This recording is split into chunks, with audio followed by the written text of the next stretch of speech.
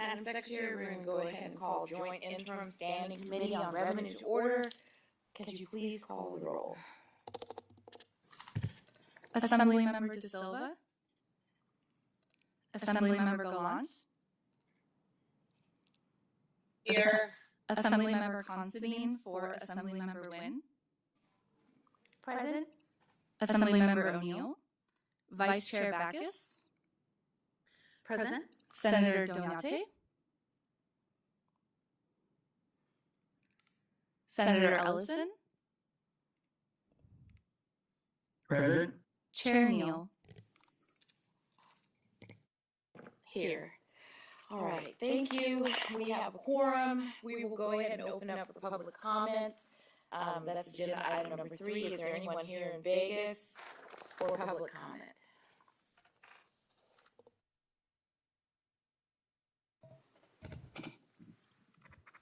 Madam Chair, Chris Daly, Nevada State Education Association, the voice of Nevada educators for 125 years.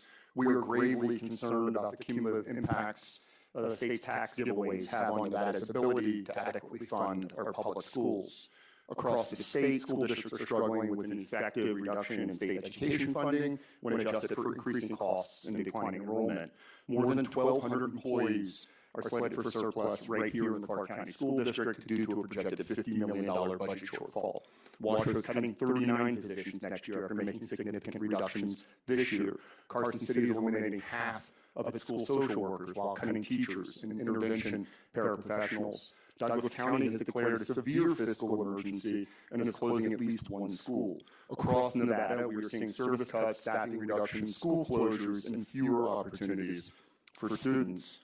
Meanwhile, Nevada's corporate tax giveaways continue unabated. This is why NSA remains opposed to large-scale public subsidy packages, such as those for the A's ballpark and the proposed Hollywood studio project, not to mention data centers. These deals reflect a broader pattern of prioritizing corporate tax giveaways over meaningful investment in Nevada schools. We urge this committee to carefully evaluate the effectiveness and cumulative fiscal impact of state aid and programs. Some may claim Nevada's long-term economic development depends on these tax giveaways, but a stronger long-term vision for Nevada's economy is building a top-tier public education system and a well-prepared workforce that can attract and sustain economic growth without giveaways. Building this type of public education system is possible. In fact, this legislature impaneled a commission to develop a plan to do just that. The commission's plan recommends modernizing Nevada's sales tax while closing property tax loopholes. It does not recommend further eroding the state's revenue base through additional tax giveaways. So seriously, pass the plan. Thank you. Good morning, Alexander Marks with the Nevada State Education Association. Last week was Teachers Appreciation Week. There was one appreciation letter we came across from Governor Lombardo touting some of what he believes were his accomplishments. But I felt compelled to share an op-ed that was appearing yesterday in the Nevada Current from Rachel Croft, who's an educator in Carson City, because I think it really highlights the need for new revenue. And on the heels of Teacher Appreciation Week seems more relevant than ever. She writes, "If Nevada truly wants to appreciate teachers, appreciation can't stop at coffee mugs and thank you cards. Appreciation must show up in policy, funding, and priorities. Our frustration did not appear overnight. During the 25 legislative session, NSCA repeatedly sounded the alarm over the governor's proposed education funding increase of just $2 in 2025. That amount, a de facto education cut, became so symbolic of the disconnect between political rhetoric and classroom reality. $2. Not enough to keep up with inflation, not enough to reduce class sizes, not enough to retain educators burning out under impossible workloads, not enough to support student mental health crisis that continues to grow in our schools, and it's certainly not enough to qualify for a raise for educators, many of whom have not seen a meaningful raise while inflation continues rising. When costs go up and pay stays flat, that's a pay cut. And now, under the realities of his budget, school districts across the state are forced to make painful decisions. In Carson City, social workers are cut, and in Douglas County, they're facing a $5.2 million shortfall. In Elko County, they're closing schools to manage an $11 million budget shortfall. 2 weeks ago, Mineral County's Board of Trustees approved a reduction in force notices to manage their $1.4 million shortfall. These are not signs of a thriving education system. They are warning lights flashing for everyone to see, especially during Teacher Appreciation Week. Real appreciation would mean funding our schools so districts are not forced to cut counselors, social workers, nutrition workers, and paraprofessionals. Teachers are tired of being praised publicly while struggling privately to meet the needs that should never fall solely on classroom teachers. Because the way the state truly appreciates teachers is not found in a letter or a social media post during Teacher Appreciation Week. It's found in the choices and policies it makes for children the other 51 weeks of the year. Rachel says it best, and the only thing I can add with regard to revenue is seriously, pass the plan. Thank you. Good morning, Chair Newell and members of the committee. My name is Hector Aviola, and I'm the Policy Fellow with the Nevada Environmental Justice Coalition, and I'm here to express our coalition support of ending tax abatement for data centers in our state. Data centers come with serious hitting costs to both the environment and Nevadans. The Nevada Independent reported $457 million in cumulative tax abatements over the past decade. This is lost public revenue that could have funded schools, infrastructure, and essential services. Large-scale data centers consume between 1 and 5 million gallons of water per day for cooling. At the same time, they can contaminate our state's limited water supply with toxic PFAS chemicals found in their heat and water-resistant components. We can also expect rising utility bills for Nevada's families due to lack of ratepayer protection and significant costs of building fossil fuel infrastructure to power data centers. Beyond environmental impacts, we are concerned about the social and economic impacts to Nevadans. We understand the need to create jobs and attract diverse industries to strengthen our economy. Unfortunately, data centers don't provide long-term value to our community.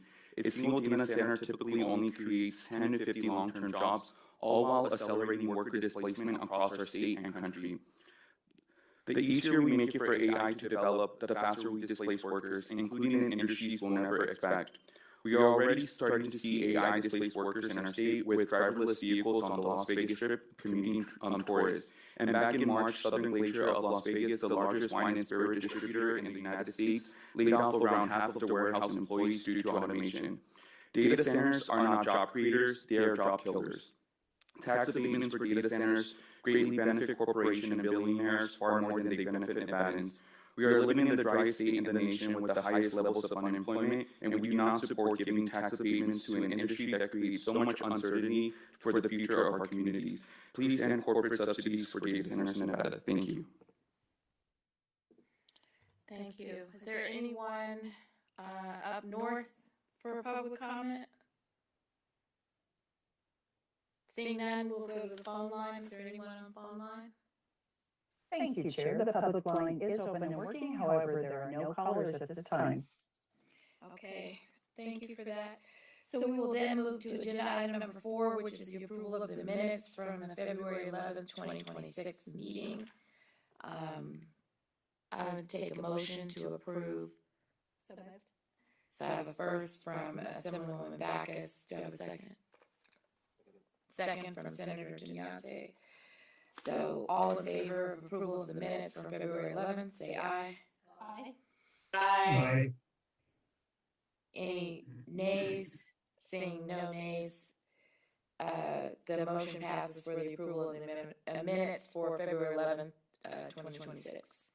All right, so that moves us to agenda item number 5, which is overview of abatement programs. And we will call Mr. Director Burns to the table. And I believe, is it going to be Deputy Director Stonebarger? She's up north. And Director of Strategy, Stephen Wood up north. Okay.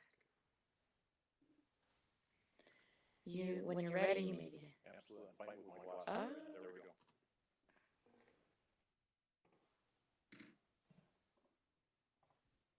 Good morning, Chair, members of this committee. Thank you for having me today.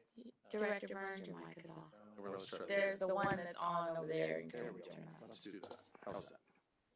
I think I've done this before. Good morning, Chair and members of the committee. Thank you for having me today. I'm Tom Burns. I'm the Director of the Governor's Office of Economic Development. I've been asked by the committee to give you an overview of GOED's tax abatement programs, and we'll be happy to answer any questions throughout the presentation or at its conclusion. To start with, I'd like to walk through the 5 abatement programs that are currently available that encourage economic development throughout the state of Nevada. They are the standard tax abatement, the aviation abatement, data center abatement, real property recycling tax abatements, and the abatements for investments of $1 billion and $3.5 billion. I would also like to note as we get started that along with statutory job creation, wage, and capital investment criteria for each package, the following criteria also must be met. All companies that apply for a tax abatement must maintain their business in Nevada for 5 years. They must register under the laws of the state of Nevada. And for all tax abatements, the company is required to offer a health insurance plan that covers 65% and covers 65% of the cost for each employee. Lastly, standard data center and aviation tax abatements packages, businesses must have at least 50 full-time employees on the payroll by the 8th calendar quarter after the abatement becomes effective. The company must also provide a paid family medical leave policy. Employees who have been employed by the business for at least 1 year must be eligible for 12 weeks of paid leave at no less than 55% of their annual regular wage. Now let's discuss the standard tax abatement. Nevada offers 3 core abatements designed to attract and retain quality businesses that create good-paying jobs for our state. First, companies can receive sales and use tax abatement up to 2 years on qualified capital purchases with rates reduced to as low as 2%. This directly lowers the upfront cost of getting the facility up and running. I would also like to note that the majority of states within the United States do not have sales tax on manufacturing equipment. Nevada does not qualify under that statement. Second, the modified tax abatements provide at least 50% relief for up to 4 years on quarterly payroll exceeding $50,000, taxed at 1.17%. That rewards businesses that are actively growing their business. Third, under NRS 360.75, businesses can receive a personal property tax abatement up to 50% over a maximum of 10 years, providing long-term stability for capital-intensive projects. To qualify for these 3 thresholds, the companies must, on wages, they must pay at least 100% of the statewide average, which is currently at $31.57. On capital investment, urban companies must invest at least $5 million in capital and equipment for industrial or manufacturing facilities, or $1 million for other facility types. Rural businesses will lower those thresholds to $1 million and $250,000. On job creation, urban applicants must create at least 50 jobs, full-time jobs, and in rural, they must create 10 full-time jobs. For the standard abatement, a company must also generate more than 50% of the revenue for their project from outside the state of Nevada. Together, these abatements ensure that the businesses Nevada attracts will make meaningful, lasting investments in our economy and our workforce. The aviation abatement. Nevada offers a targeted tax abatement specifically for aviation businesses, recognizing the unique economic value in this sector brings to our state. First, qualified aviation centers can receive a sales and use tax for up to 10 years on capital equipment purchases with rates reduced to as low as 2%. This is notably longer than our standard abatement, reflecting the significant capital investment in aviation businesses require. I do want to note that reducing the rate to 2% requires approval of 2/3 of the GOED board. Second, aviation centers can receive personal property tax abatements up to 50% over a maximum of 10 years, consistent with our standard program, but tailored for the aviation's operations. To qualify, a business must meet 2 baseline requirements, create 5 or more full-time jobs within 1 year, and pay on an average at least 100% of the statewide average, as I stated, is $31.57. In addition, the company must qualify for at least one of the following criteria: make new capital investments of at least $250,000 in the first year, maintain tangible personal property in the state of Nevada valued at least $5 million, or develop, refine, or own a patent on intellectual property and hold an FAA certificate. Data center abatements. Data centers, although are a hot topic at this point in time, offer some of the largest capital investments of any industry. Qualified data centers can receive sales and use tax on capital equipment purchases up to 10 or 20 years with rates reduced to 2%. As with the aviation, reducing the rate requires 2/3 the vote of the GOED board. On personal property, data centers can receive an abatement of up to 75% for a maximum of 10 or 20 years, depending on what the company qualifies for. To qualify for the 10-year tier, a company must, within 5 years, employ at least 10 full-time Nevada residents, pay wages at the 100% of the statewide average, and invest at least $25 million in cumulative capital expenditures between the applicants and its tenants.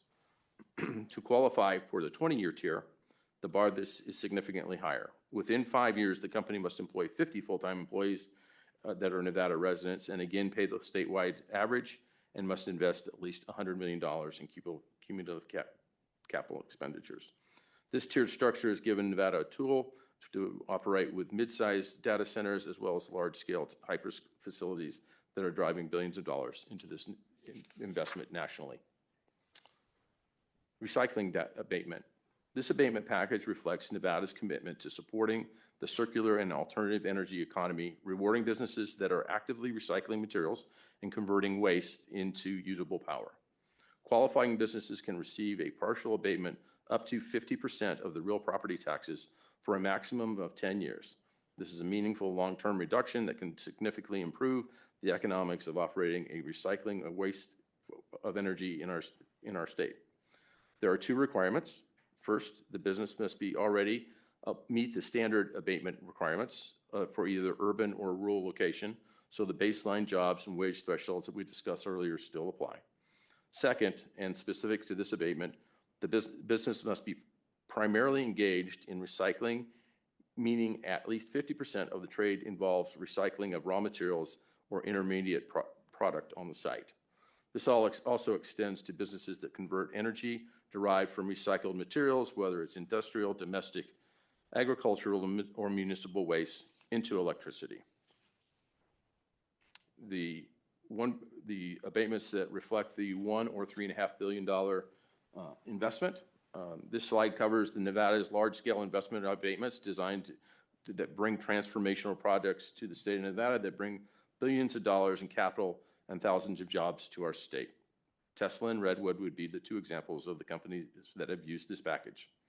For the companies committing at least $1 billion in capital, the abatement package includes three components: sales and use tax at a reduced rate between 4.6 and 6.125% for 15 years. Modified business tax abatements of 75% for 10 years. Real and personal property tax abatements of 75% for 10 years. For companies investing at least $3.5 billion, the package steps up significantly. It was the same benefit as it has the same benefit of a sales and use tax reduction, but for 20 years. The modified business tax rises to 100% for 10 years, and property tax, both real and personal, abated at 100% for 10 years. The core tax abatements in both tiers remain intact and are among the most important tools that Nevada has to attract larger scale investments and companies that move to the area. I'd also like to note that on the PowerPoint slide above, it incorrectly states that the number of years for the sales tax abatement for the $3.5 million. So just to be clear, there was a typo when we submitted the slide last week. Before we dive in, I'd like to note that Nevada's abatements are performance-based incentives to encourage investment and job creation in Nevada. The data provided shows how many companies were approved for incentives, how many utilized them, and the level of economic activity associated with those projects. Please note that not all the data requested is available for every company. Some metrics like revenues and construction information are not required to be reported to GOED. With that context in mind, I'd like to move to question 2, in which the committee asked the number of businesses approved for abatements and those that ultimately received incentives by from fiscal year 2016. As you can see in the graph above, there have been a total of 317 companies approved for the tax abatements from fiscal year 16 to fiscal year 26. Not all companies that were approved for incentives ultimately utilize them. Participating companies are found to be compliant, and those few companies that are not found to be compliant will end up paying back with interest the full taxes that they were abated. This ensures that the state only provides incentives to companies that follow the commitments they've made. Next, on to question 3. From the committee asked the estimated abated revenue for those businesses who are approved for abatements and who receive the abatement by fiscal year by tax type. As you can see in the graph above, The abated revenue projections are broken down by tax type.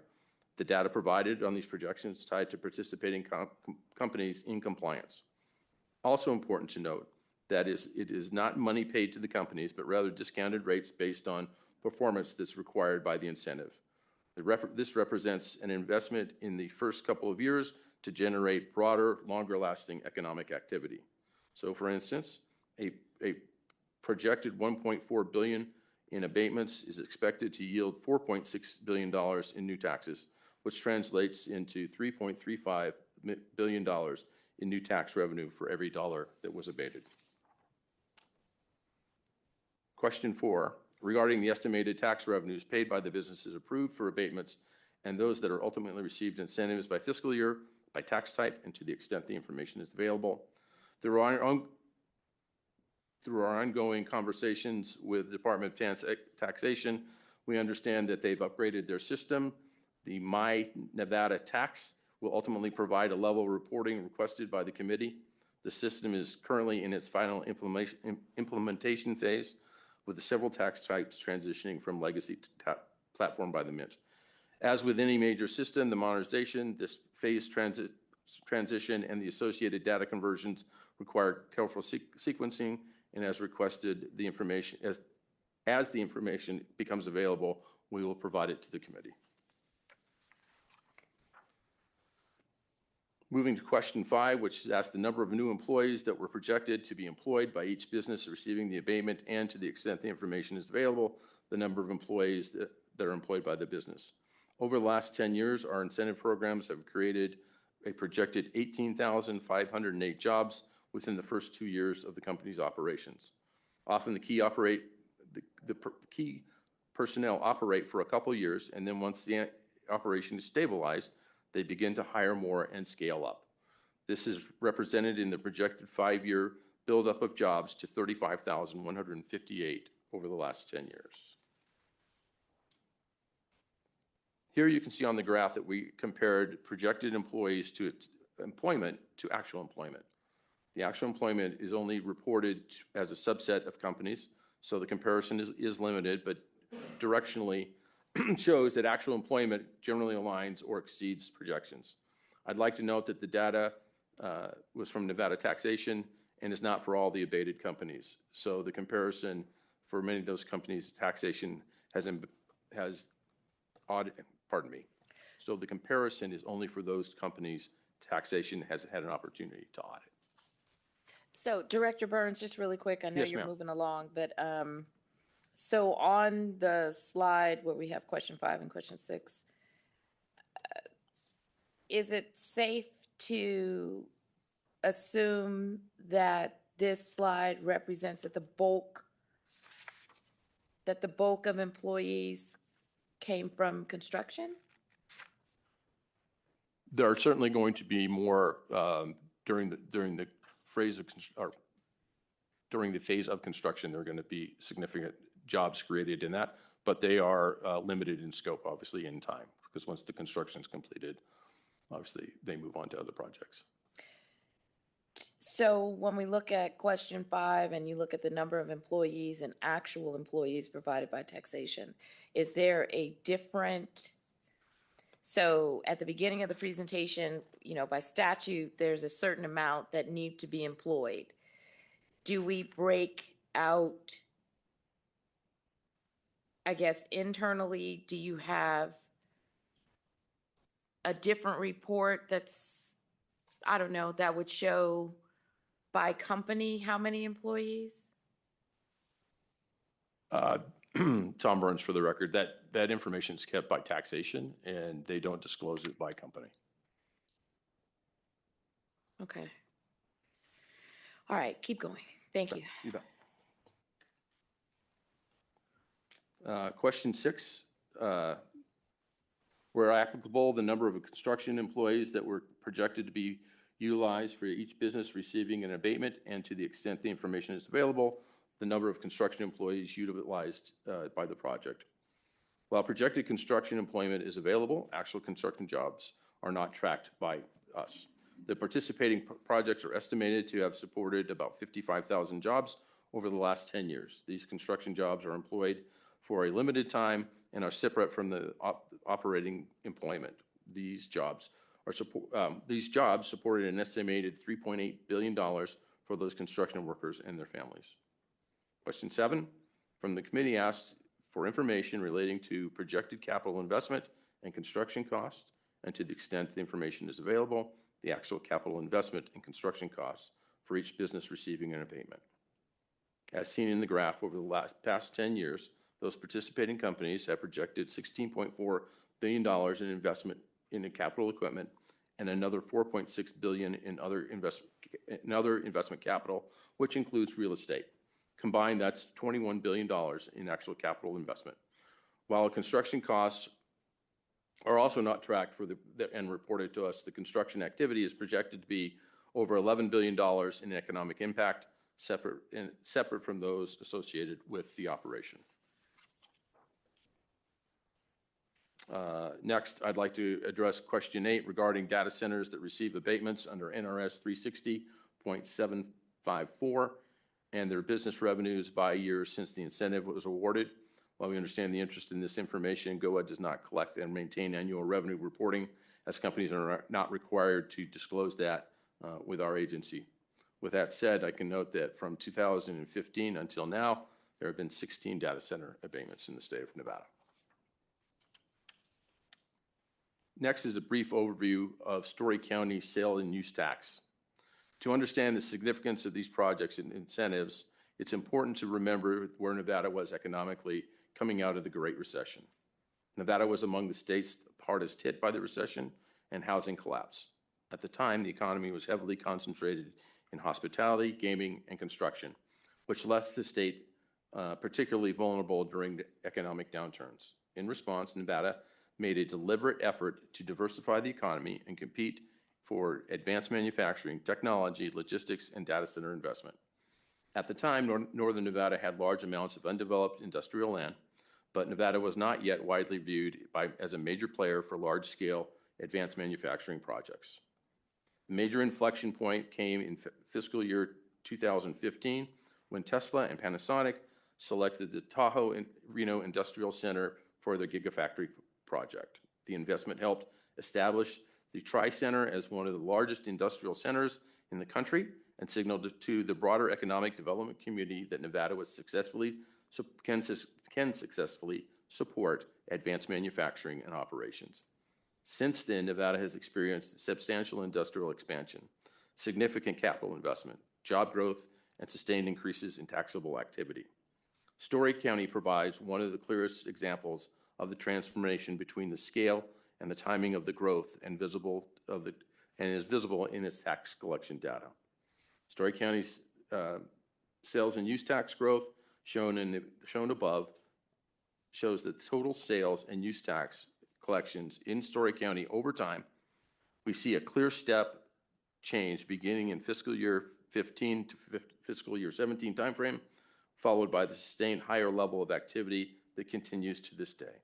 Prior to the Gigafactory investment, Story County collections ranged between $300,000 and $500,000 a month. In more recent years, the baseline has increased to a multi-million-dollar range. While these county-wide collections are not attributable to any single company, the timing and the scale of the increase closely aligns with the development and expansion of the Tri-Center and the Gigafactory.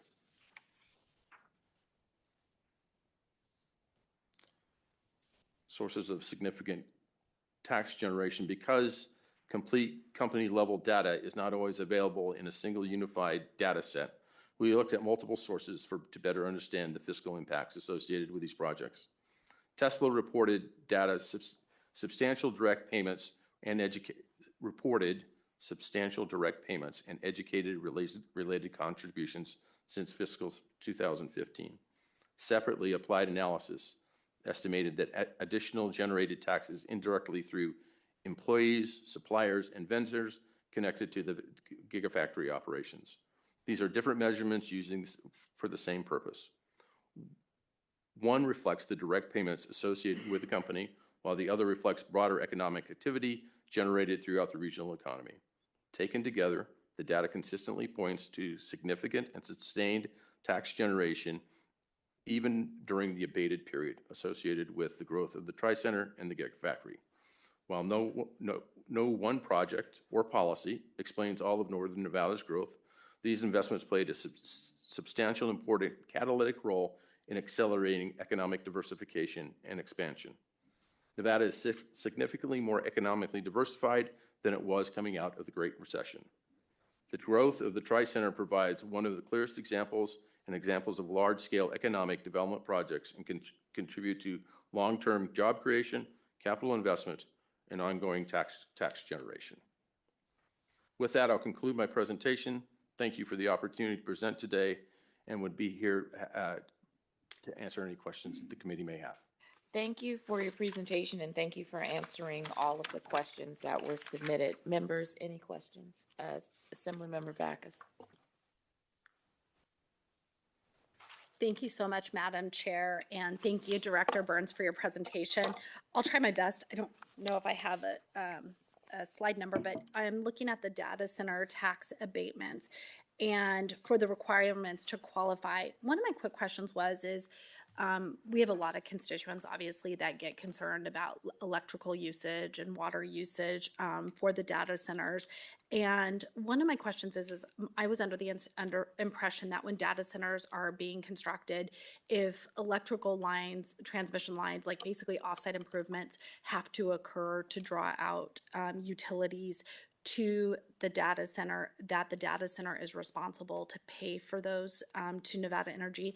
And with respect to that inquiry, the question for you guys is, would that cost that they're paying go to offset the capital investment that they're required to do under the data center tax abatements? Thank you, Assemblyman Backus. Tom Burns for the record. One's a comment. We work closely with NV Energy on these projects, and we are assured that the people, the residents of the state of Nevada are not impacted by costs to provide additional power to those sites. The abatements apply to the site itself. It's a site-specific event. So to the extent there is electrical equipment attached to the building to receive the power, that would be part of that conversation, but that would be part of it for anything, but we don't abate the transmission lines. Thank you for that clarity. And then, Madam Chair, may I ask another question? Looking at, and I think this would be a good update. I think you may have flown through it, and I don't know if I heard it, but I was curious when we're looking at the bills from the special session, I think in 2015. So the $1 billion and $3.5 billion investment abatements. Right. I noticed below there were some sunset periods and comments about whether certain transferable tax credits are no longer available. Can you kind of explain, I guess, to like lay people, like what exactly, if there's anything still available or if both of these programs are completed? Sure. So there were transferable tax credits under the $1 billion investment. Those have sunset, so they're no longer available. There is a fund in statute called the Catalytic Fund, or the Catalyst Fund, pardon me, that was put, I believe, in 2015. And pardon me for, I wasn't around then, so I'm dealing on hearsay, but I believe it was funded to the extent of $30 million at the time. There is $5 million left in that fund at this point in time. And so when you say that there's $5 million left, are those for projects if they meet the requirement that GoEd could still issue? That's correct. If there was a project of particular note, then we felt there was a need to additional enticement. There's a pretty competitive space that we play in, and so sometimes if there's the right project, that's when that would be used. Thank you, Madam Chair. I no secret, I put my little Post-its and have questions when I'm looking at the slides. My next question, and I feel bad jumping around, but going back to the data center, I did have a question, which I thought was interesting, because I know a lot of the GoEd board has a lot of, like, they approve a lot of projects if they meet certain parameters. And so always learn something with respect to the decrease in the sales and use tax abatement down to 2%. It would require a 2/3 vote by the GoEd board. Has there ever been a time that, like, the board wouldn't agree to that? Or is it pretty much kind of if they meet the requirements, that the 2/3 is easy to come by? Tom Burns, for the record, I've been in this job since January of 2023, and I have not experienced a time when the board didn't vote unanimously. Thank you so much, Director Burns. And I was going to preface it with that because I realized even though you've been there for a while, it Yeah. feels like you haven't been there since the beginning of when a lot of these bills had passed. So I think that. And one other thing, and I just kind of want to walk through this.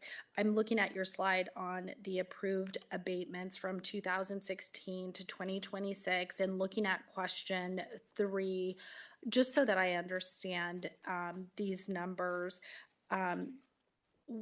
With respect to the tax abatements, when we're looking at the bottom, it looks like there's like right under $1.4 billion that had been given over the last 10 years in abatements, which means basically someone's tax obligation is being reduced.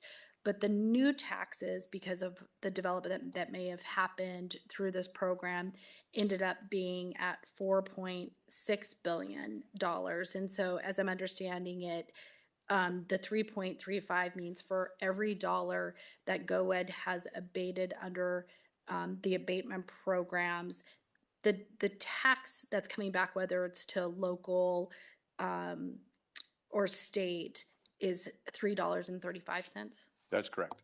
Tom Burns, for the record, that's correct. Assemblyman. My last question, Chair.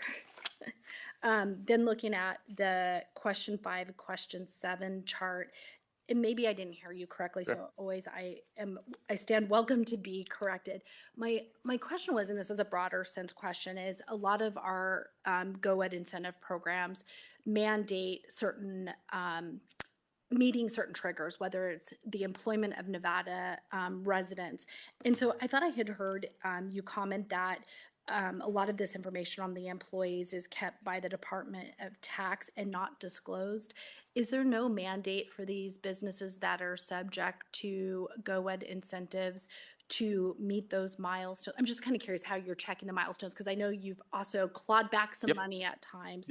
And so just kind of, if you could elaborate a little more on that and what you guys do to ensure that these milestones are being met. Tom Burns, for the record, to be clear, taxation does go out at the 2 and 5 year marks, because you're correct, there are hurdles to meet in that spot, and audits the capital investment as well as the full-time employment figures that the operation provides. To clarify, they do not provide, we get notification that they either satisfactorily or unsatisfactorily completed the audit. And if they satisfactorily completed the audit, we don't get direct data as to how they met those hurdles, whether how they exceeded them or they just met the minimum. We're just aware that they have held up their end of the deal. Thank you, Director Burns, and thank you, Madam Chair, for the opportunity to ask my little multiple questions. Thank you for that. So I will go online to Assemblywoman Gallant. Thank you, Madam Chair.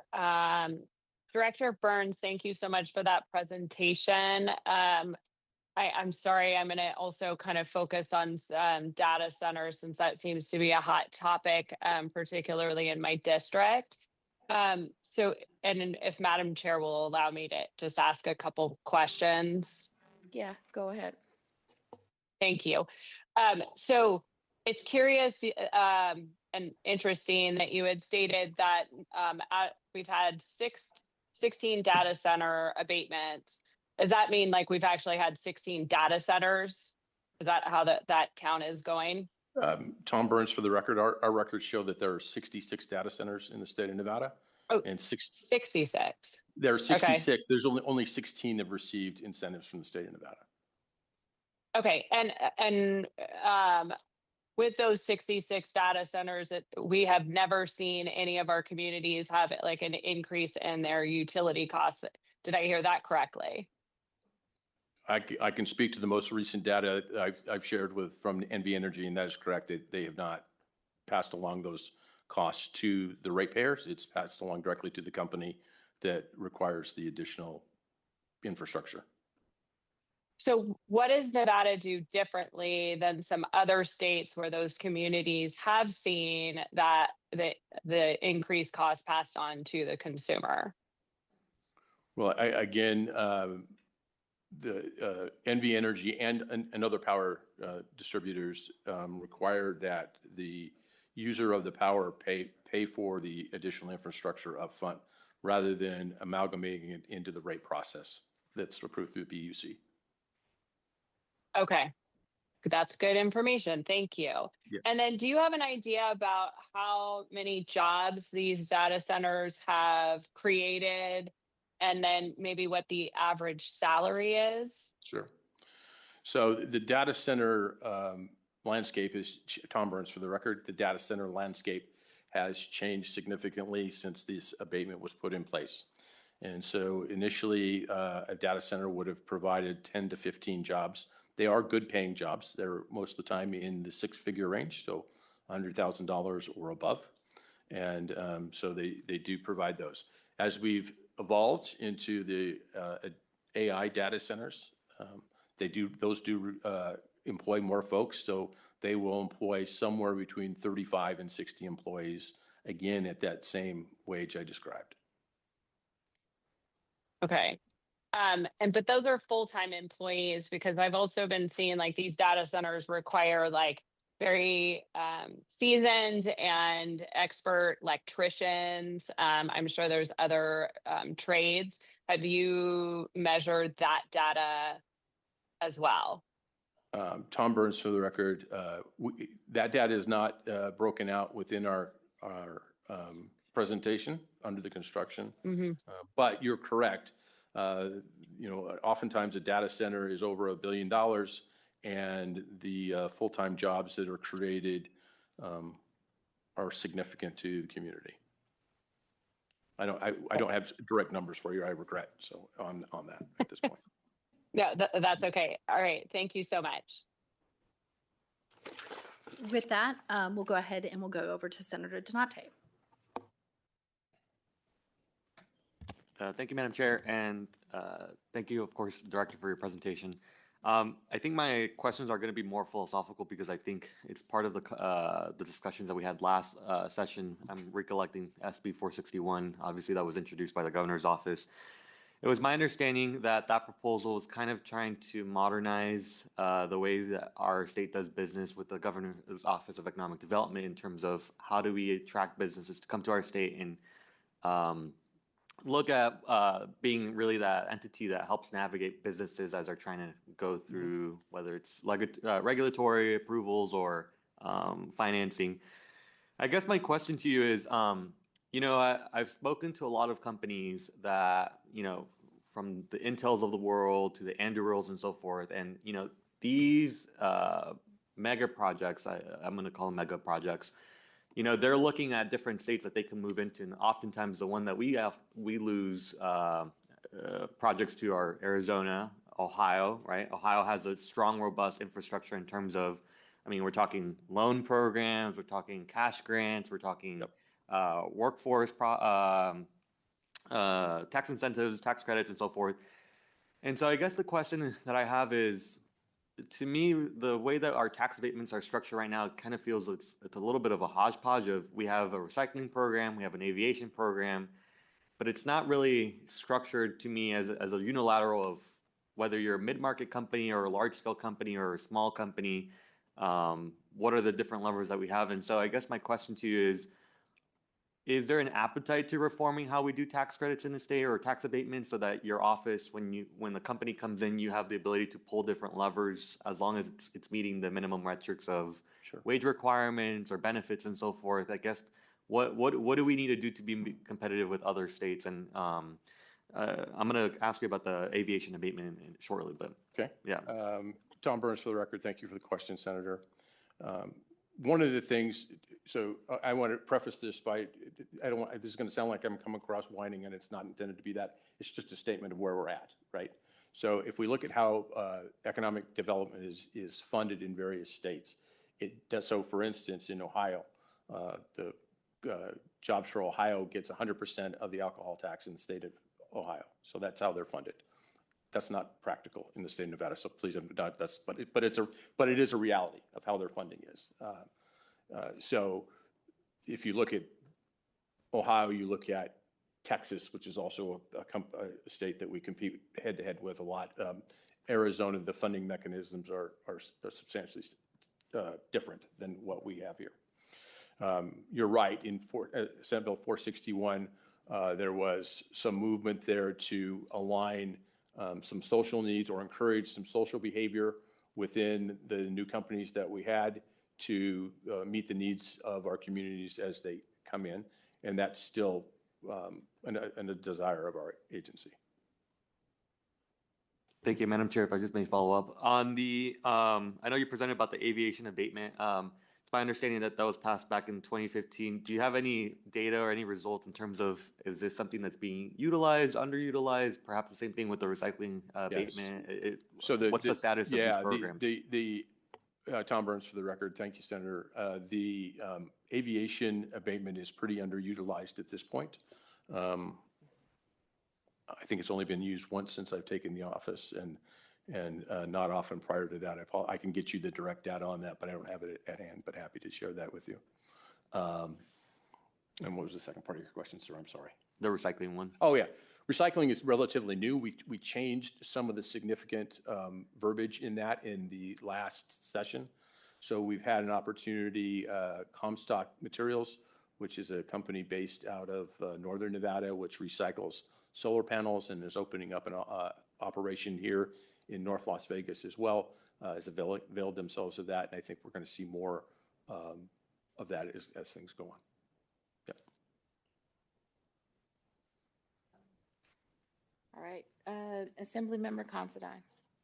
Thank you, Madam Chair, and thank you for the presentation. I do have a couple of questions, if that's okay, Chair.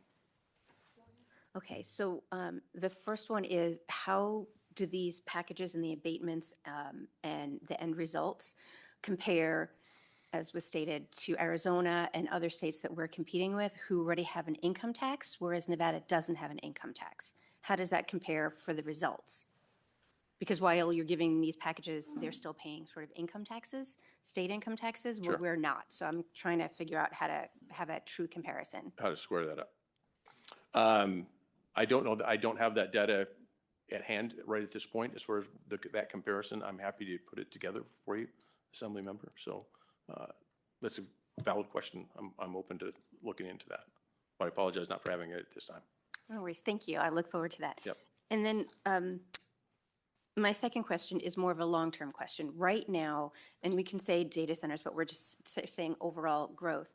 There's so much competition, especially when you're talking about AI data centers and all of that, and there's so many competitors.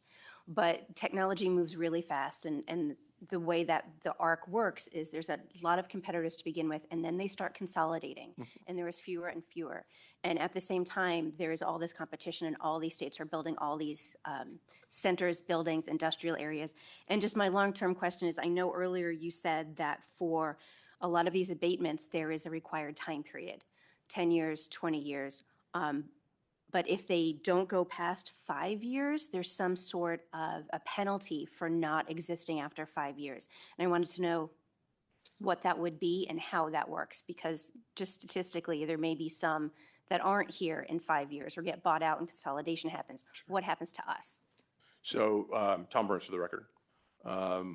An abatement may be passed from the seller to the buyer, so the buyer could realize the benefit of an abatement that took place 5 years ago or 6 years ago.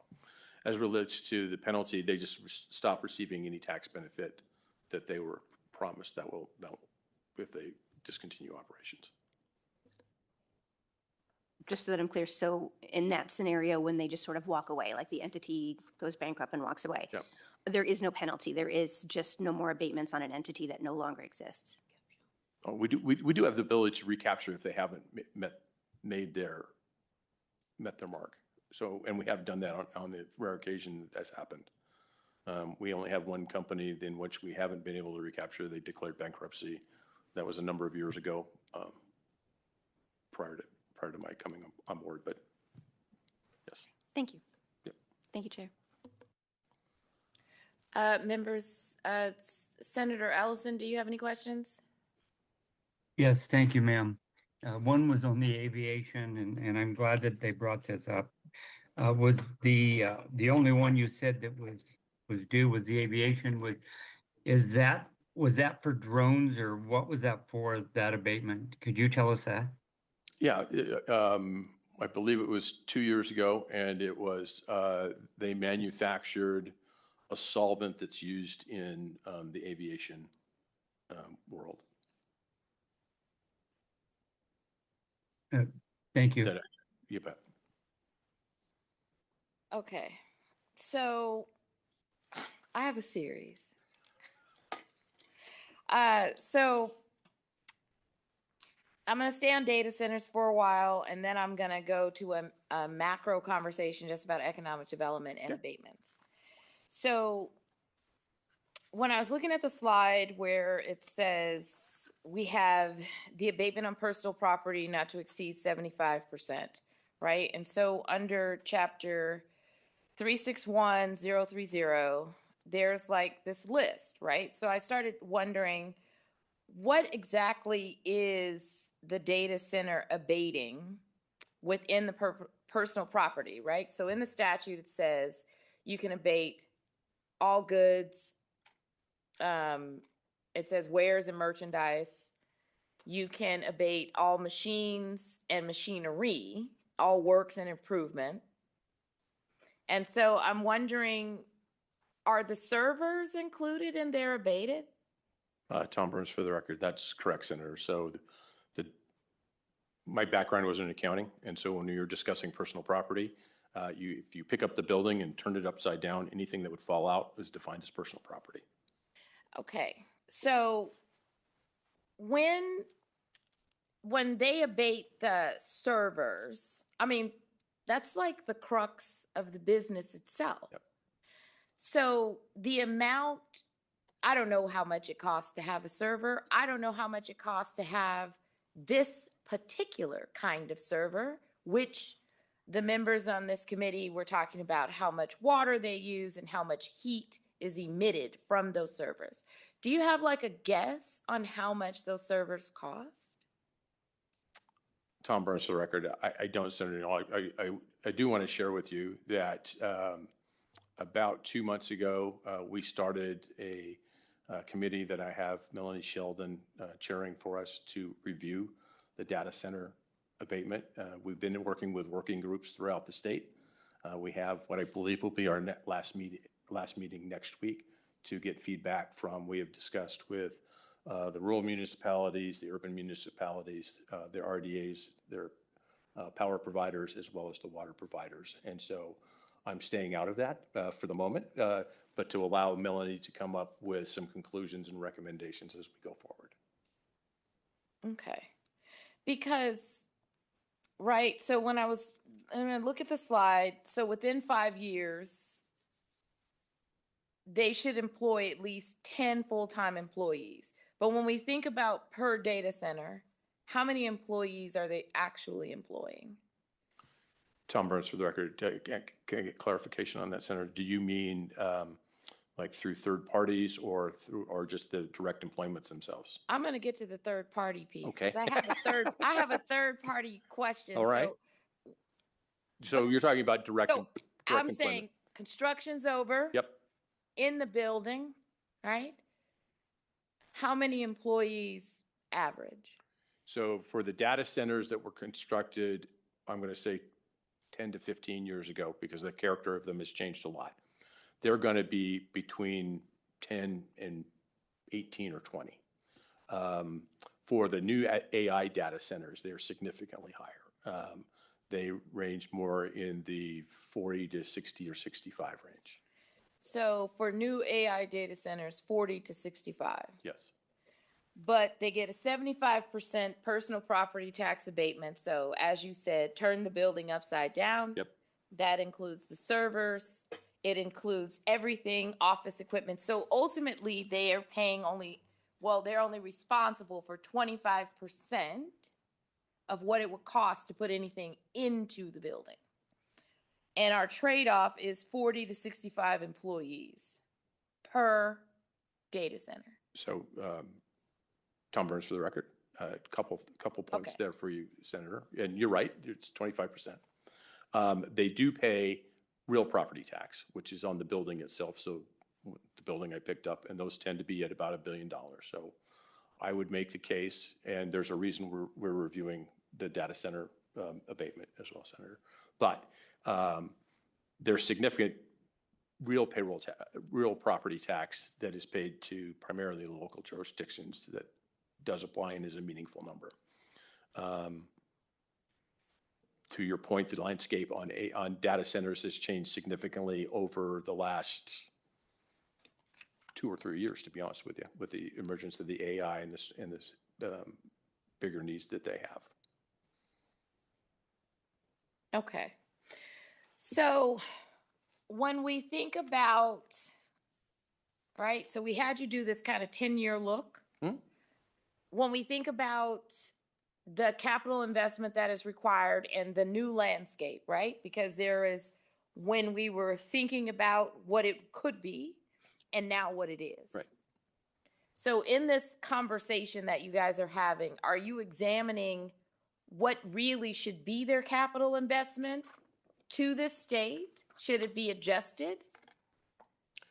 Tom Burns for the record, Senator, we're taking into account all of the things, but among the things that we're taking into account is the significance of the tax incentives that are given to data centers and what's necessarily in the marketplace for us to be competitive.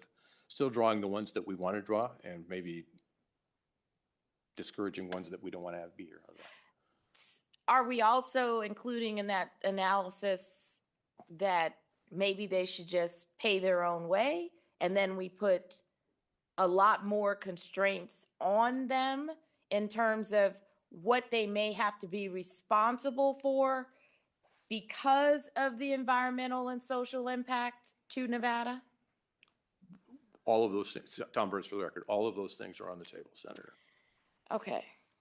So if I could provide one point of clarification, Tom Burns for the record, there's been a lot of, or some discussion on water usage on data centers. To be clear, the technology that is being built today and probably has been for the last 5 years or so uses a relatively minor amount of water. The water usage was significant 10 or 12 years ago when essentially we're using swamp coolers. I'm dumbing that down for me. I'm an accountant, not a construction guy, but they were using that technology to 10 or 15 years ago to cool the data centers. That's not the technology that's used today. So the water that is used in a closed loop system. It's about the amount that goes into a swimming pool. thank you for putting that on the record, because I'm gonna shift the conversation a little bit to another statute, which is in 231.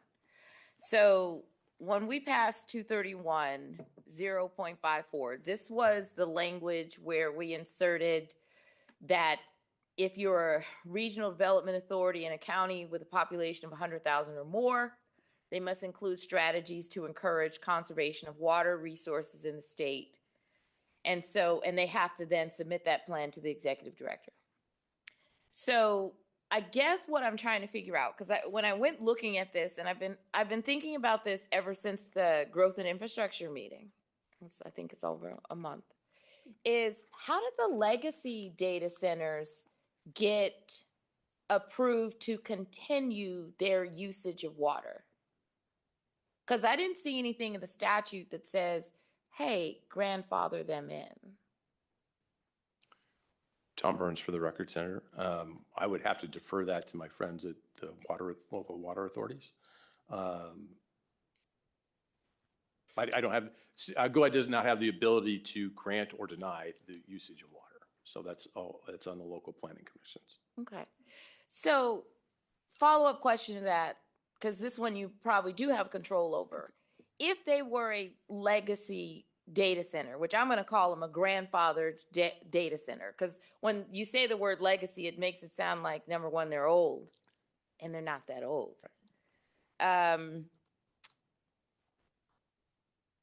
Does their water usage, because in statute, you weren't there, but I'm sure you've experienced it. It popped up in the 25 legislation. When we talk about co-located subsidiary groups where you can I call it falling under an umbrella. If a data center chooses to have a co-located entity, do they fall under the same grandfathered water usage? Tom Burns for the record, Senator. I'm going to do some additional research on that, but my initial thought is that the co-location can take advantage, this is true, the co-locator can take advantage of the abatement that is granted to the location, but the abatement is directed at the location itself. So it would, whatever circumstances that was approved on would be the circumstances that existed at the end of the day. Okay. So when we look at the questions and we think about, do you know, or does any of the staff know how many data centers are co-located at a location? And so we can understand that aggregate abatement because of that co-location to the space. Yes, we can. I don't have that, but we can get that. Tom Burns for the record, by the way. So. Okay. I don't have that at hand, but that's data that we can get at. Yeah, I think that would be interesting to know because, you know, when Teresa Benitez Thompson was trying to go after, you know, the co-location and these, I call them subsidiary abatements, you know, we were trying to figure out how to scale it back because it has a macro effect, I believe, on the abated taxes. But I guess I'm something I was curious about. And clearly when I was watching the Growth and Infrastructure Committee, I couldn't ask through the TV, right? And you're like, hey, I think you're missing this question.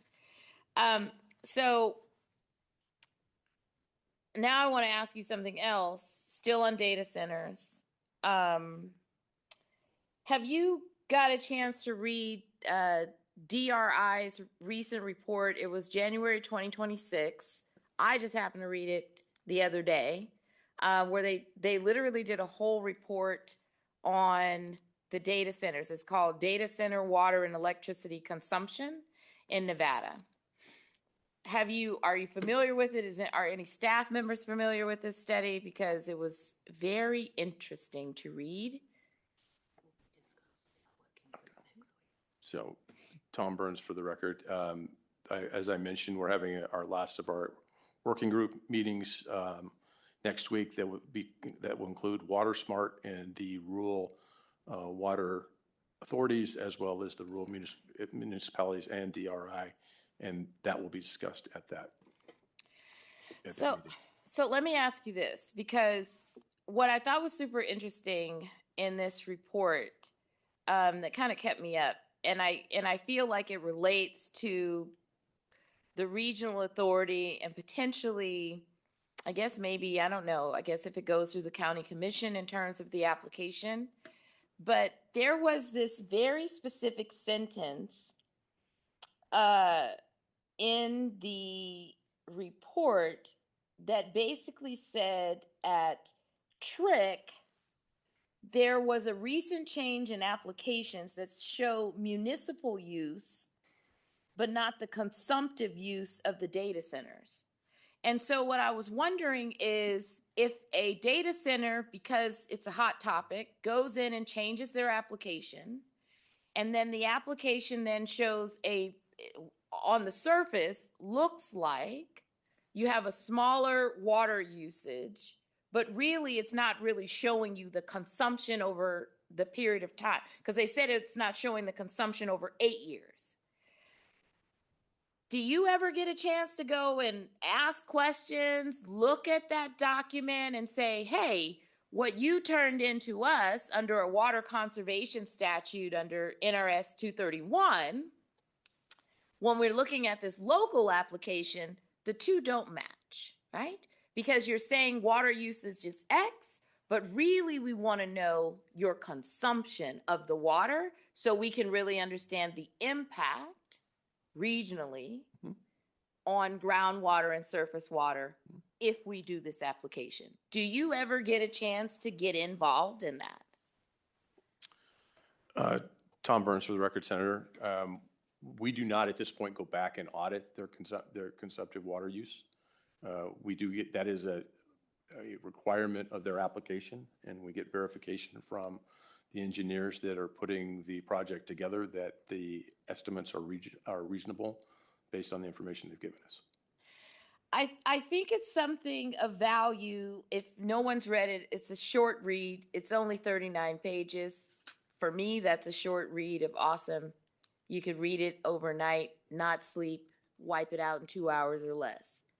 I think that's something to look into, because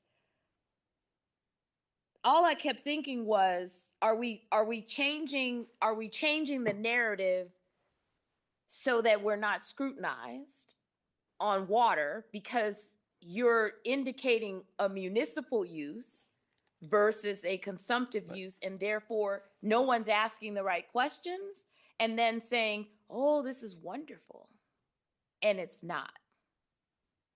So it might be something to think about. I also noticed in the DRI report, and I think they do a lot of really good research, is that they talked about the 12 data centers that I think are currently in the pipeline that are looking to be built over, I would say, between now and 8 years, right? So they put, like, I think it was 2030, 2033.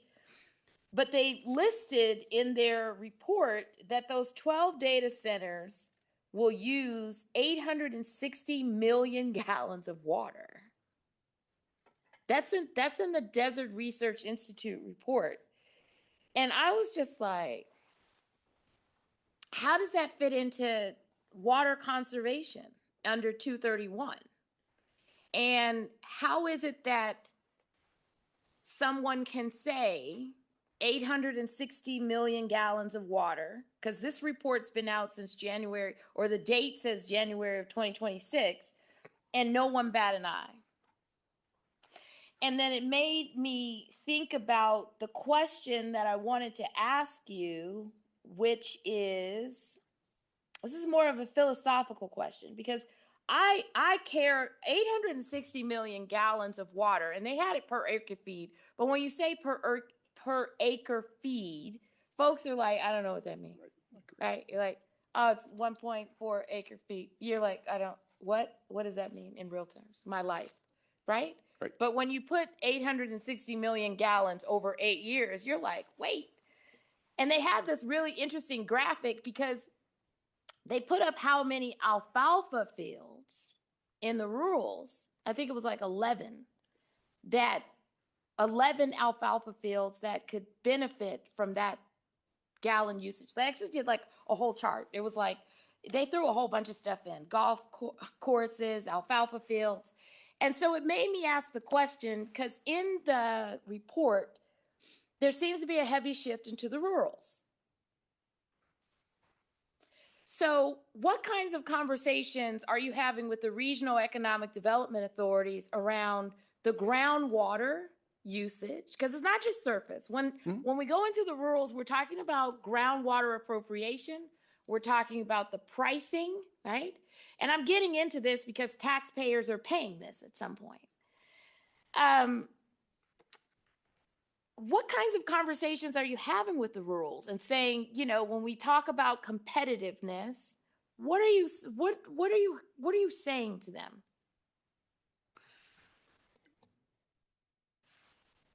Go ahead. Senator Neil, Melanie Sheldon for the record. When a rural RDA or any of our RDAs bring in any kind of project, we have to determine whether it's going to be feasible for the community. So what we'll do is we will work on the front end with the water authorities, the water providers, NV Energy, the Rural Electric Corporation, and we will determine whether that project is even feasible or viable before we actually move forward with any project that we're involved in. So the conversation does happen on the front end. Okay, thank you for that. Because I'm like, once I go down a rabbit hole, I really go into it.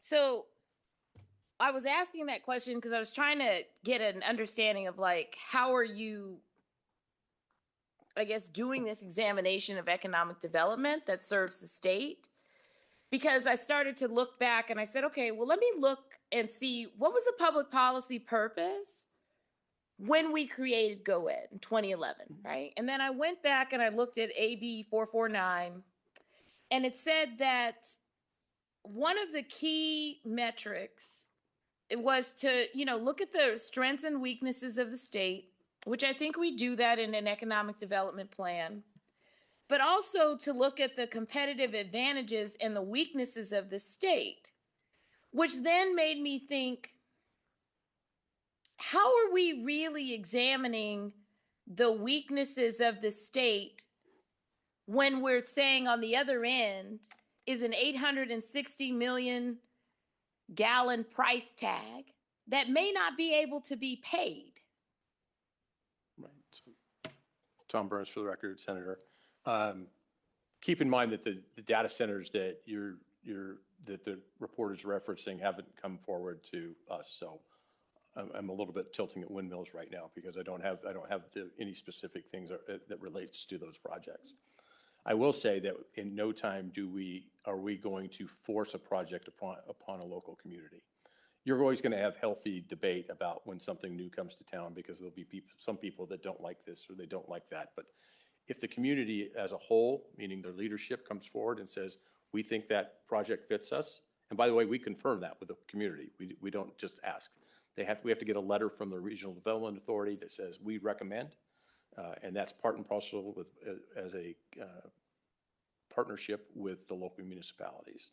So if a community, one, I don't want to put something into a community that they don't want, because that's not benefiting the community. And two, I by statute can't. Thank you for that. I mean, because, it's important to have the conversation before it makes it to your desk, right? Because the report was illuminating for a couple reasons, right? In the report, they also mentioned the impact on ranches, the impact on farmland when you approve this level of water appropriation, no matter what the price is, right? They talked about when we think about an economic development plan, it's not just the South, it also includes the rurals. And so if you're going to make a decision, right, because it's the hot topic, and data center X is coming in and saying, oh, I'm gonna buy the land, pay for nothing in the building. Well, okay, I'm only gonna pay for 25% of what goes into the building. The broader question is, when we think about an economic development plan and I guess the macro impact, should the conversation also be, can your agricultural community withstand the impact of the decision that you're trying to make right now for that immediate benefit? And are we having those conversations with the rurals that see the shiny golden object and then saying, but in our economic development plan, we do want to build an agricultural community, and we want it to be strong, and we would like for the ranches and the farms to have water. And we certainly don't want the local governments to say, well, they gave us $123 million for the water, you should be fine. Because the actual cost is worth so much more, right? Long term.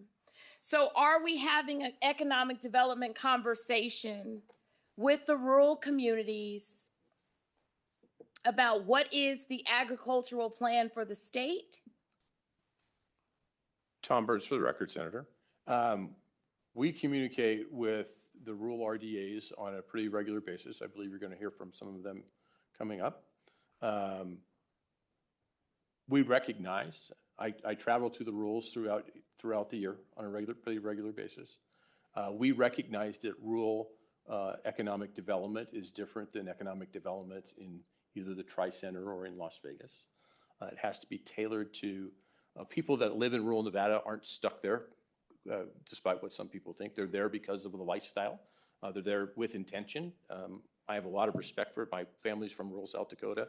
I have a lot of respect for that way of life and where they go. So we work to tailor our economic development objectives to what the local community wants to see in their future.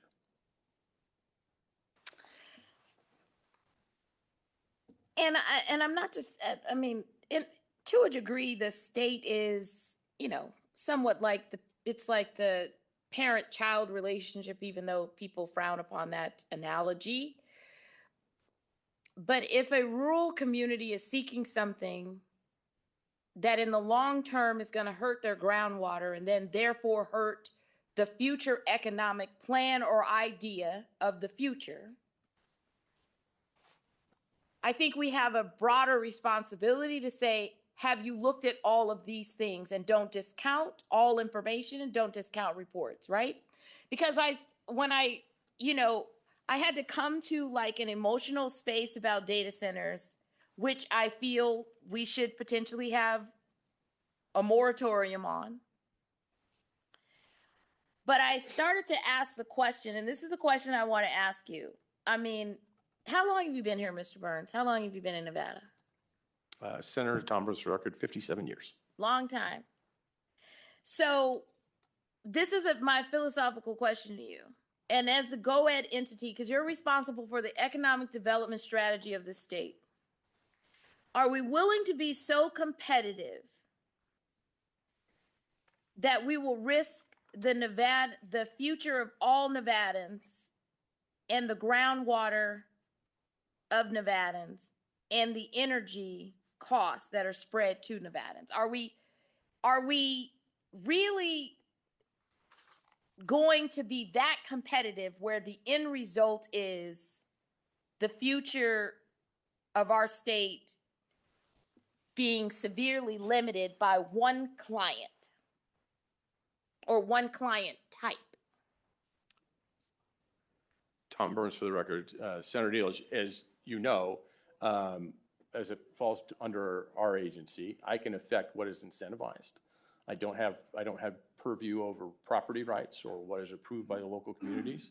There are 50 data centers within the confines of the state of Nevada that did not come before our board, and yet they were approved by local communities. So, I mean, I understand what you're saying and respect the point of view, but there's a lot of those things that take place without our jurisdiction or observation. So in the conversation that you guys are having around solutions and coming to a conclusion on your thoughts around this, are you also considering legislative changes?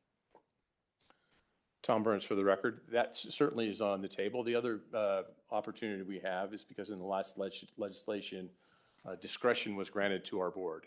Prior to that legislation being passed, the law said that the GOED board will approve an abatement or will approve a package if we checked the 5 or 6 boxes that I went over with you here earlier.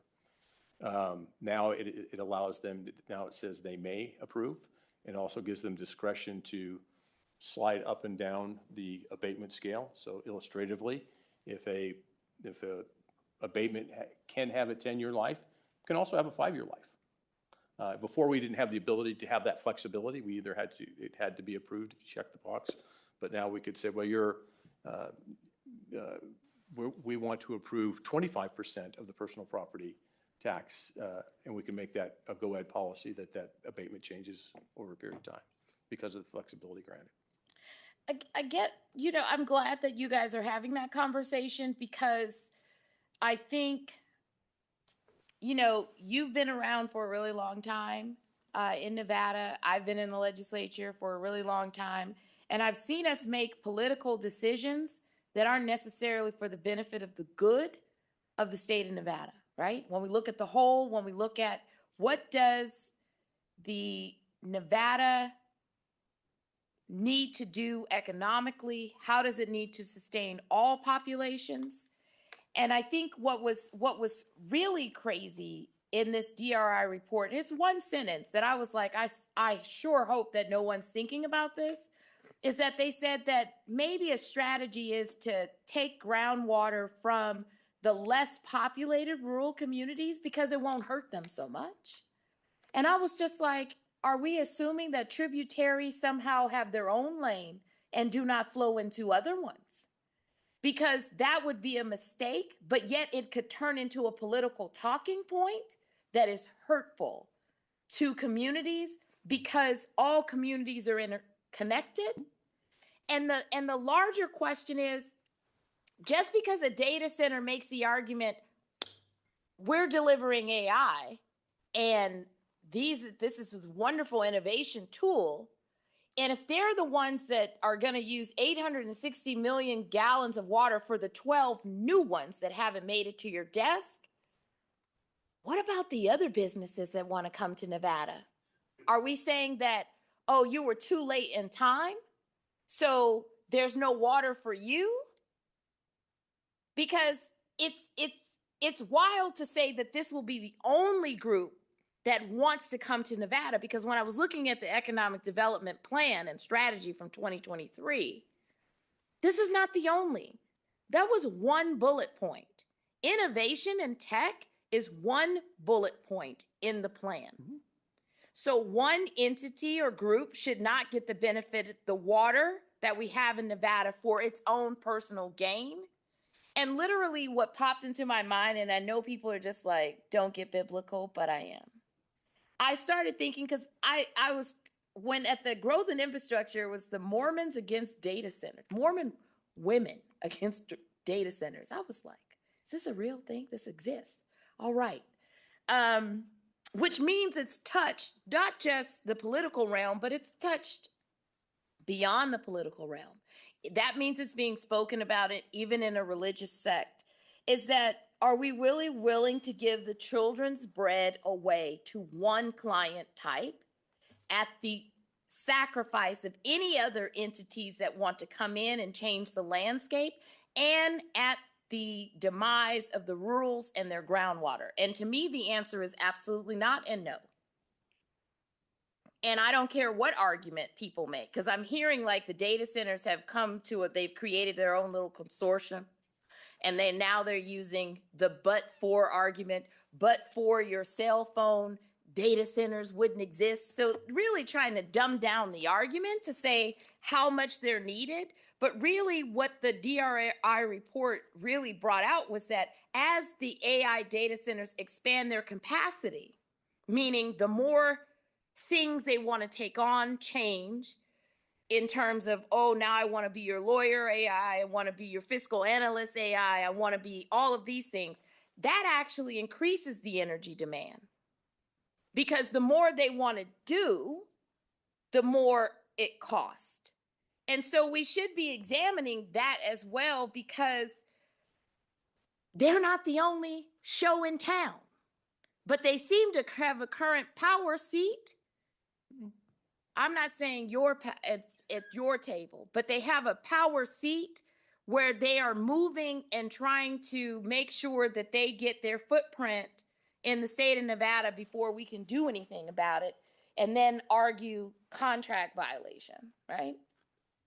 And so it's concerning to me because I care about the economic development plan of the state. I care about the diversification of the state.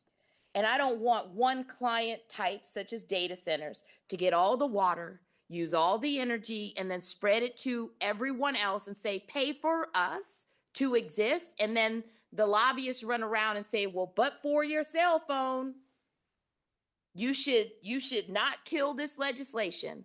Well, I'm just going to put this out here. For all of the lobbyists who are running around in the data consortium, there is a bill coming, right, to curb what's going on. Because I do care about the future and the bread for the children of this state, not 8 years from now with 850 million gallons of water. I care about the 20 years from now when I'm not in office, nowhere to be found, that there is still something left in the state of Nevada, and taxpayers are not running around saying, where did all the water go? And they're like, oh, but the data centers took it. And because they paid the price of the groundwater, that we have no choice but to reverse course. And I feel like we should be getting in front of this and saying, I don't care how much you pay, because your impact to us as a state is negative, and you are not the only business that we want to bring here to diversify, because what about healthcare? If they need water, they're going to what? Bargain with the data centers to get some. I did a little soliloquy, but I'm trying to make it plain that it's not okay for data centers to steal the show and then come around and plant these political seeds to say that we should exist in our legacy form. And although we're using thousands, hundreds of thousands of gallons of water, and because I'm a legacy, but there's no statutory language that even gave you the right to be a legacy, that we should be thinking about all aspects and clamp down on data centers and decide who do we want to be as a state, and not at the expense and sacrifice of our own people. That's my statement as the chair of revenue, and I can tell you that it's one of the things that for 2027, I have very much a deep interest in going after, amongst other things.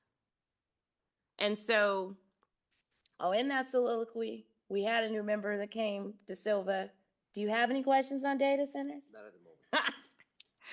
All right. So we're gonna close the data center conversation, but don't get up, because I really want to talk about economic development. Okay. And then I'm gonna get to the rural. So I've been thinking about economic development as a state, right? And I've been thinking about all of the abatements that go out of the door. And you've been in several sessions. How many sessions have you been in with us now? Tom Burns, for the record, I've been in 2 sessions in this position. Oh, okay. So the most painful sessions. Awesome. It's a gift. So I've been thinking a lot about, I don't know if you're planning on updating the plan. What are we going to do about, I guess, the economic development strategy of the state? We need revenue, right? So there's a couple of ways that I've been pitching it like this. I've been pitching it as, here's a table, Nevada's the table, and there's 4 legs. The first leg is what abatements are going out of the door that potentially either could be cut in half and still meet the goal of economic development, because we need to put money back into the general fund, and we can't just continue to have, $100 million going out every year. 2, what is the modernizing of revenue, right? What can we look at and try to say, hey, it's old, it needs to be updated, we're not capturing the revenue because the behavior has changed. And then the third leg of the table is new revenue, right? What new revenue can be brought and how can we deliver it? And then the fourth leg of the table is how can we make sure that there is a true economic development strategy for the rural communities that is focused on a moderate and curated development where they can grow in their own space, right? So we've had there in the plans, you guys have used this theory that if they're adjacent to another state, that there's an opportunity to develop them in a different way because they have a kind of a bifurcated tourist attraction, right? So if you're on the border of Oregon, you're on the border of California, that county may have a different kind of economic development pool. Are we having a conversation or considering how to go in and examine that rural component and figure out how do we build small to moderate economies so that they can share in the growth and also development of the state? Is that a conversation? Senator Tom Burns, for the record. So there's a big portion of that would fall under my friends with tourism, and I'm not trying to beg off. It's just a lane that I don't play in all the time. I was at the Rural Roundup, which was about 3 weeks ago up in Elko, in which all of the rural communities got together to show their wares, in our shop, we talk about unfair advantages. So when we're marketing Nevada as a whole, we talk about what's our unfair advantage? Where do we shine? What advantage do we have in the state of Nevada that my peers don't have, and from an economic development standpoint? I think that's exactly what the rural roundup was designed to do, was to show those economic opportunities, and that is a big part of economic development in the rural communities. We do try to support that without getting in somebody else's lane, for lack of a better term, but we're pretty supportive of what they do in conjunction with the tourism division. So as far as it relates to economic development, one of our unfair advantages that we're looked at taking advantage of is in the critical mineral space, right? So there were 60 critical minerals that were identified by the Department of Interior, I believe. 32 of them are in Nevada. 22 of them are currently mined. That's more than any other state. And so we've been pursuing processing, and I'm not talking about processing. I'm talking about the processing that takes it to commercial grade, right? So it can be taken out of that plant and put into a manufacturing plant to make the final outcome of what it is. So one of the places that's happening at, and we're not incentivizing it, but we are helping them, is in the 2 lithium projects that are going up in Nevada right now. So we have Thacker Pass, which is up in northern Nevada, north of Winnemucca, and we have the Ioneer project, which is in Esmeralda County and is a little southwest of Tonopah. Both of them, they're different kinds of lithium finds. The Ioneer project is a hard rock find. The Thacker Pass is a clay find, so it's different technology, but they'll be refining the lithium on site, and the lithium that comes off of that will be able to be used directly into battery technology. We are working with companies to pursue that same technology in other minerals that were found here, because we do believe that gives us the opportunity to attract the manufacturing that would be next to the processing. Can we do that with all 22 minerals? Probably not. I get it. But I want to make sure that we get our fair share so that those manufacturing jobs that you described earlier stay in Nevada and provide wealth and benefit to the citizens of Nevada. What about outside of minerals, other kinds of economic development strategies that may benefit? I think that meeting, I don't know if that was the same meeting, because I know Department of Tourism is also doing an agri-tourism study.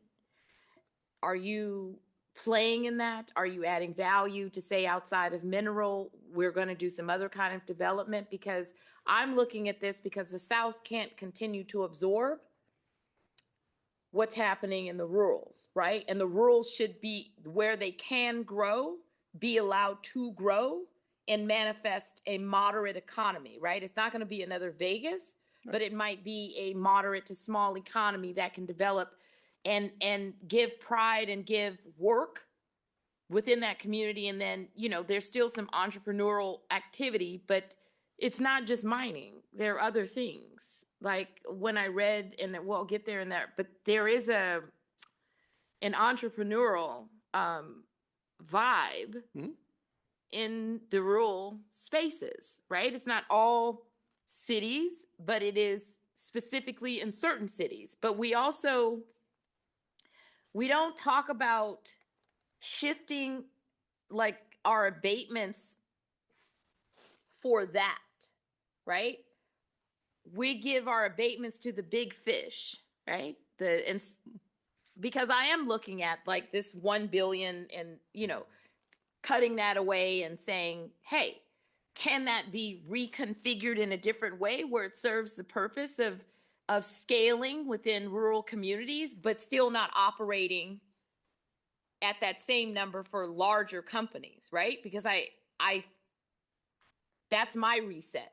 But I don't know if you guys are thinking this. Sure. So, Senator, if I may provide some clarification, more than 75% of our abatements and incentives go to companies with less than 200 employees. So those are small and medium-sized companies that we are incentivizing throughout the country. We've had one company that is qualified for the $1 billion investment, and we've had one company that's qualified for the $3.5 billion investment in the history of the state. So then you would be okay if it didn't exist in statute anymore and we couldn't do another one? I'd hate to miss out on an opportunity for us to compete with it. As was stated earlier, as we go out and compete with other states, ours are not always the most robust incentives. So I would hate for us to miss out on a great employer because we gave up on something like that. Are you at least willing to think and consider the option of reevaluating what abatements do and who they perform for, to have a different vision about what economic development should look like in the state of Nevada? And that maybe big fish are not what we want to do anymore. Main reason why is because we can't sustain it, right? I mean, environmentally, we cannot sustain it. And really thinking about what is really going to get us to a stable economy and a stable workforce where we thrive without constantly trying to say, oh, Arizona, I saw you gave, $1.3 billion deal. We should try to look for that same fish. I guess, why do we have to be like anywhere else? Like, I feel like we're at a stage where we can pivot a little bit. Tom Burns for the record, I'm not of the opinion we need to be like everybody else. But as we look forward, you like to have tools available. Remember, as was stated earlier, for every dollar that we abated, that we gave away, we received $3.35 back. And that's during the abated period. So after those abatements are gone, those taxpayers will not only continue to pay that, but they'll pay more taxes because they're here. Okay. So let's say you're 100 million, because we need to put money back into the general fund and raise revenue. Let's say if there's 100 million, that I think it's like an estimate of how much goes out of the door with abatements. Maybe it's max 84 million. Let's say you only had 50 million to play with every year. And then you had to work within that 50 million and figure out how to diversify the economy. How would that impede you?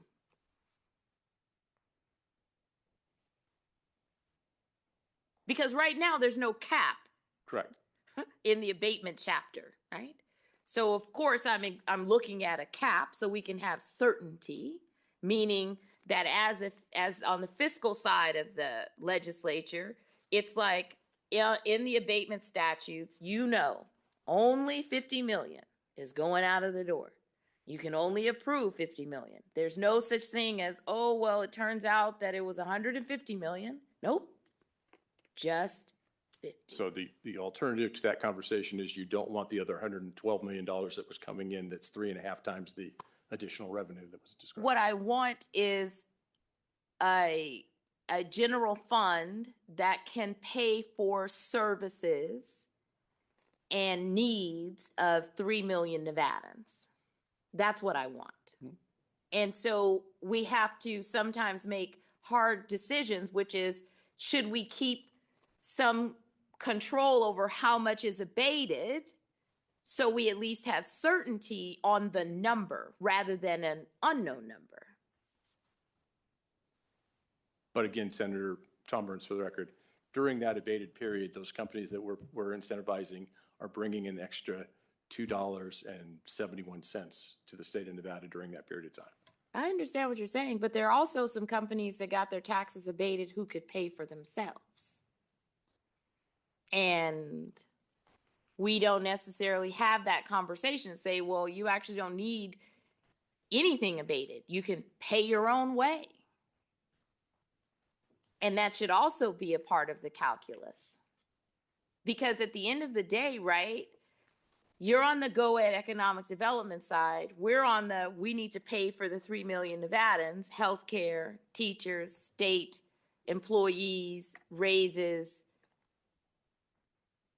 We have to pay for foster children. We have to pay for all of these things that we don't have enough money for.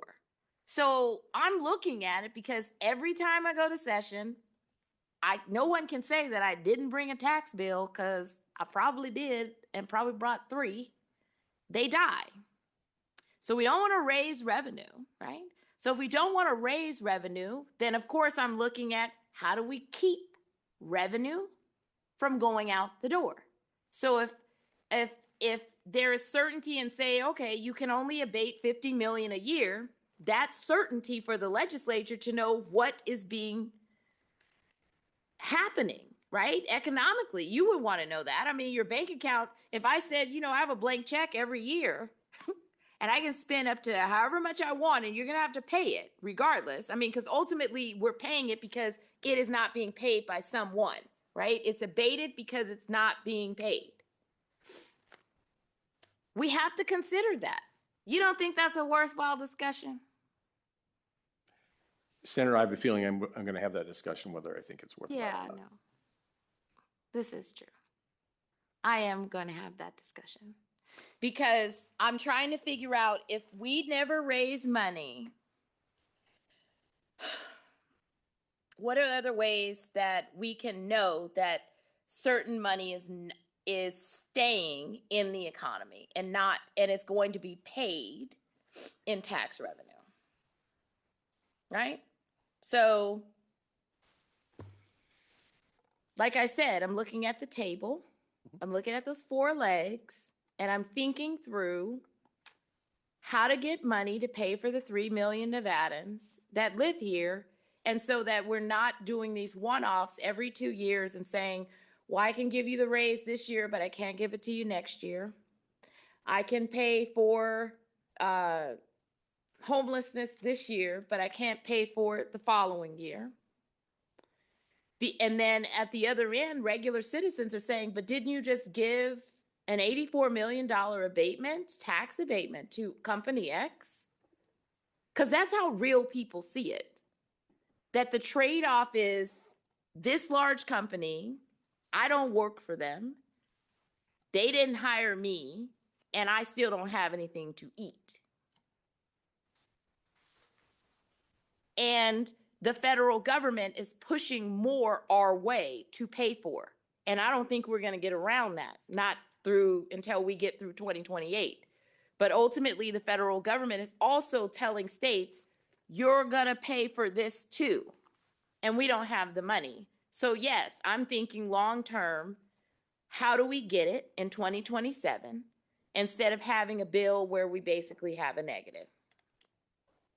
So I'm just putting it out there on the record because it's been on my mind, and now and we're going to have lots of conversation.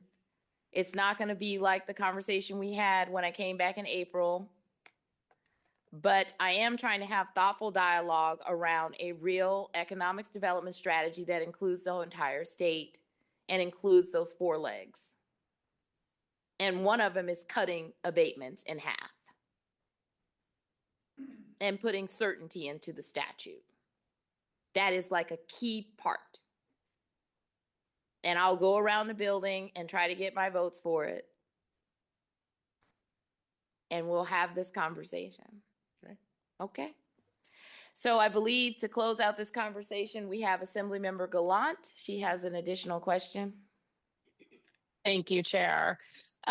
Director Burns, I have a question, a couple questions. In your opinion, if we did not offer these abatements over these last 10 years, do you think these companies would have chosen Nevada as a home? I would tell you that in the vast majority of the cases, they would not. Tom Burns for the They record, wouldn't have. And then I understand that we've given some tax abatements, but over those 10 years, how much revenue would we have lost if we did not offer these tax abatements? Just one moment. Someone.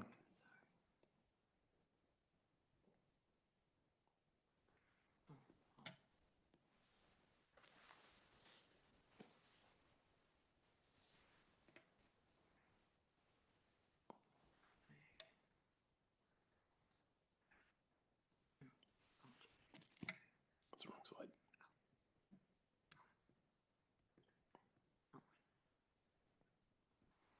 So the projected new taxes, or Tom Burns for the record, for the projected new taxes on that period of time was a little over $4.6 billion. Okay. And so that would have been $4.6 billion that we would have not received, along with the multiple jobs that came along with it as well, correct? A significant portion of that would not have arrived to the state of Nevada, both the jobs and the revenue. Okay. And then it's interesting, and I like that Senator Neal brought up the issue with the rurals, and particularly on these border states. And so in my district, I have Laughlin, which borders Bullhead City in Arizona. And what I consistently hear is that there is a suppression in development in Laughlin for a multitude of causes. One of them is that our gas tax is higher than Arizona. So everybody from Laughlin goes over to Arizona because it's a few minute drive. And so Laughlin's been asking, like, could we have like for border towns, maybe a reduced gas tax so that we can at least collect something rather than nothing. And then particularly like in Laughlin, we have some issues with getting contractors and vendors and things like that down there. And that there's no reciprocity between like these border towns or these border states and those particular cities, so that they can't get like reasonable handymen, plumbers, electricians, so on and so forth, to be able to build some of these private projects. Has GoEd taken a look at what would be the economic impact for those rural communities if the legislature approved doing some type of exception for these border towns? Yeah. When it comes to, development and being able to use some reciprocity or gases or, so on and so forth. Have you guys looked at that? Tom Burns, for the record, Assembly member. We have not put numbers to it. We have been working directly with our peers at BNI as they have jurisdiction over reciprocity in the licensing. And I do think that's a critical thing that we need to take a look at. That issue happens also in communities like Ely and Elko and Jackpots and other border towns with smaller. And so I think that's an important thing for us to be able to figure out. So I'm supportive of that. But I've been working with, like I said, BNI is the one that has jurisdiction over that, and we've been working with them. Would there be something within the GoEd framework where we could give some relief to some of these businesses or companies that want to set up in these border towns to offset these costs?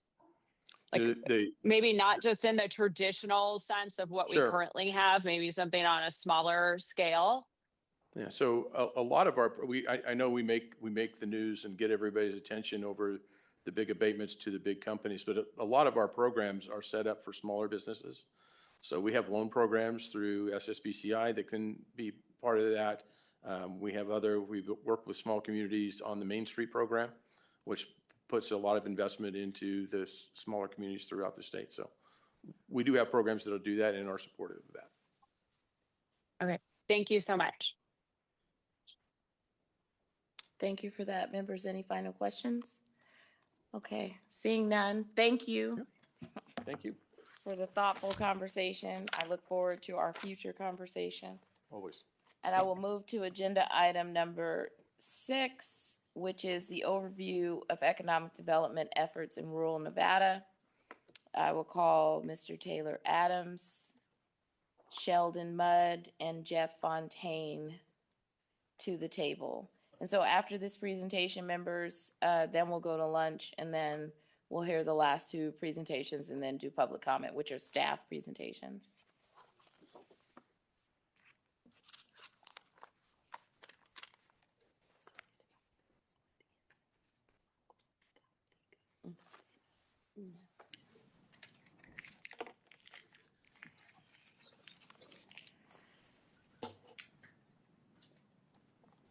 Let me know when you're. Good morning, Madam Chair. For the record, my name is Taylor Adams. May we begin? Yes. Go ahead. Thank you so much for having us this morning. I'm going to provide a brief overview of the plan that was referenced from April 23 regarding entrepreneurial activity in the rurals, and then I'm happy to step out of the way and let the folks that are actually in the rurals doing this job every day speak on behalf of what's going on in their communities. But for the record, my name is Taylor Adams. I'm the Chief Executive of the Economic Development Authority of Western Nevada.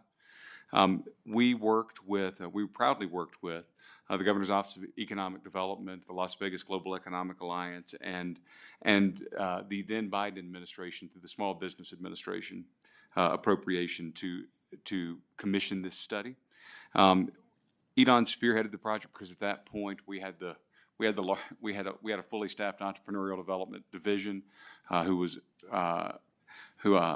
a little ahead of the rest of the state as it relates to formation. The report was built as a shared playbook for all of Nevada's entrepreneurial ecosystem, and rural action plan items were assigned throughout GoEd, some of our Main Street programs, regional development authorities, the Small Business Development Center Network, and also Great Basin College was a partner. Several things directly related to economic development in EDON have come out of the action plan. First, EcoMap was a statewide entrepreneurial resource hub serving northern, southern, and rural Nevada. And once EDON served as a catalyst for that work, and then once it was stabilized, GoEd was great to take that and continue that work. It's ongoing today. Thank you to the support of this group and the General Assembly. Going back 2 sessions ago, when as recommended as part of this study, the Office of Entrepreneurship within GoEd was established and funded. Reno Startup Week is now running in its 3rd year. It was inspired by and launched the year that this report was completed. It is still a free and open event to all attendees from across northern Nevada, including our rural communities.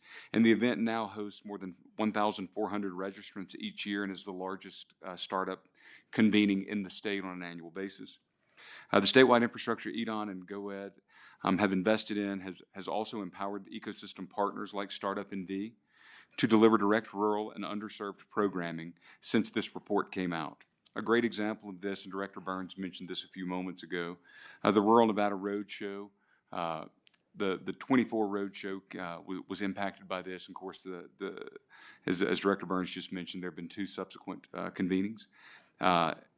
It's important to know that the initial roadshow was in partnership with GoEd and also sponsored by the USDA.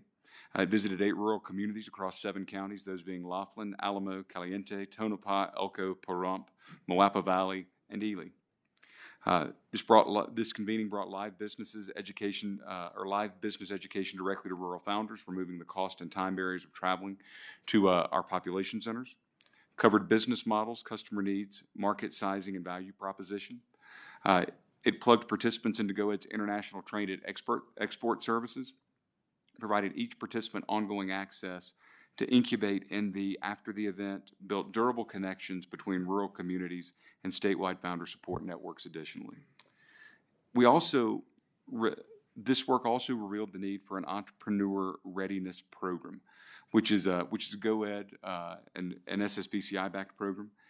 And if I may pause for just a moment before I talk about the program, particularly in the rurals, I think it's important to note that we often lose sight of the fact that agriculture is economic development as well, and so many of our local farmers, ranchers, shepherds, and I would say just home farms are able to benefit directly from the programming that I'm about to talk about, and in many ways these are Nevada's earliest entrepreneurs. So the Entrepreneur Readiness Program, it's a 6-week online program for founders with explicit focus on underserved communities. It's an online format that opens access to statewide, but most importantly is we're able to deliver without requiring travel. It is free to participate, which therefore removes the financial barrier that disproportionately impacts some of our rural communities. It covers business models, customer discovery, legal setup, financials, investment basics, and how to construct pitch decks for both investment and ongoing client acquisition. The curriculum rural founders typically cannot access locally And so we are finding real value in the program. There is a current cohort that is running through April 5th, that will run, that began on April 15 and will run through May 20th. So we're about to wrap up the spring cohort for this program. Additionally, there's a tribal entrepreneur development program that came out of this. It's also free to the public. It is a 6-week program for Nevada's tribal communities, many of which are in rural counties, of course. It also is administered online statewide, but there is an in-person opportunity in Las Vegas for this program as well.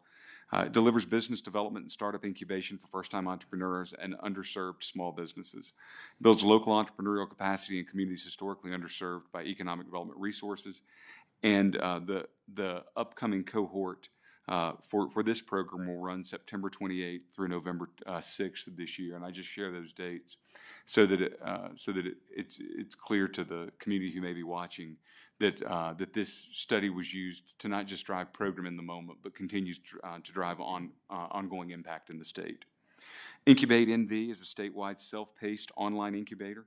It is online, has rolling access. It's designed to fit the schedules of our rural founders who may not be able to commit to a fixed cohort. It is free for pre-revenue businesses, which matters a great deal in our rural communities where we don't find as robust an access to capital as we can find in our metropolitan areas.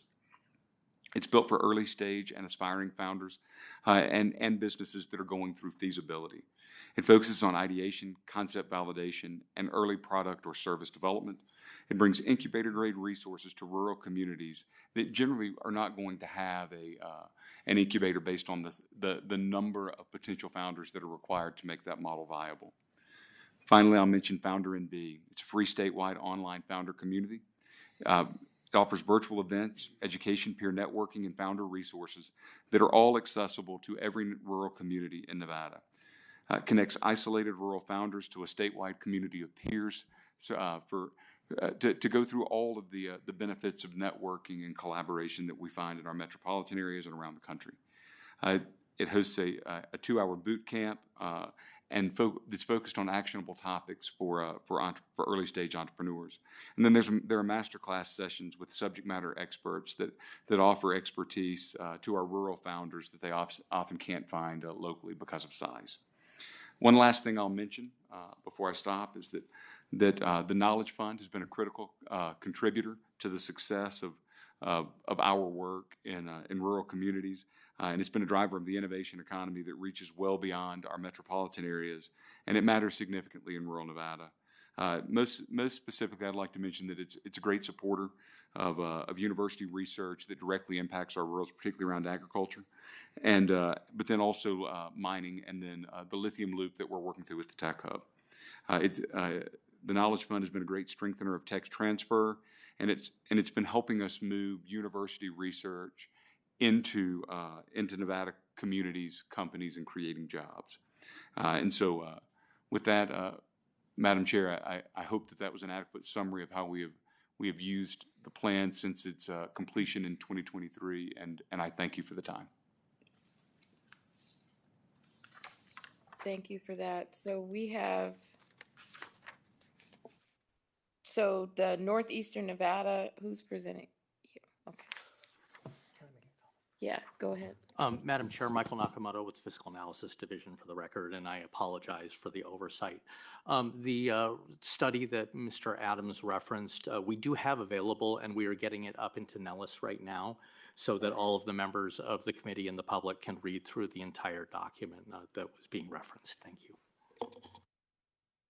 Thank you for that. Go ahead.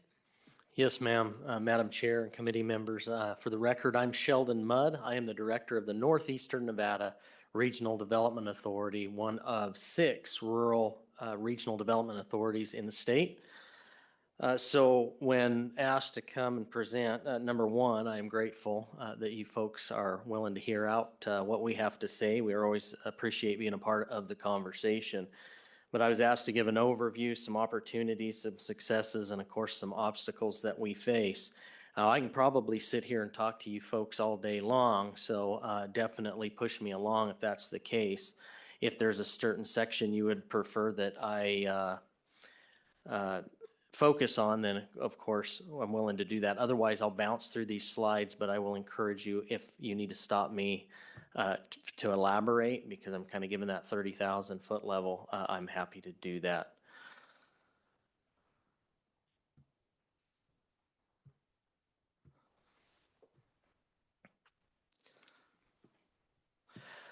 So I'm going to speak primarily of my region, which is northeastern Nevada, for rural Nevada counties, which include Lander, Eureka, Elko, and White Pine. There's 5 incorporated cities there, and that is roughly 76,000 Nevadans that cover about 40,000 square miles. And to put that in perspective, we are about the same size as South Carolina. And so we are larger than several U.S. states, and of course, about the same size as many.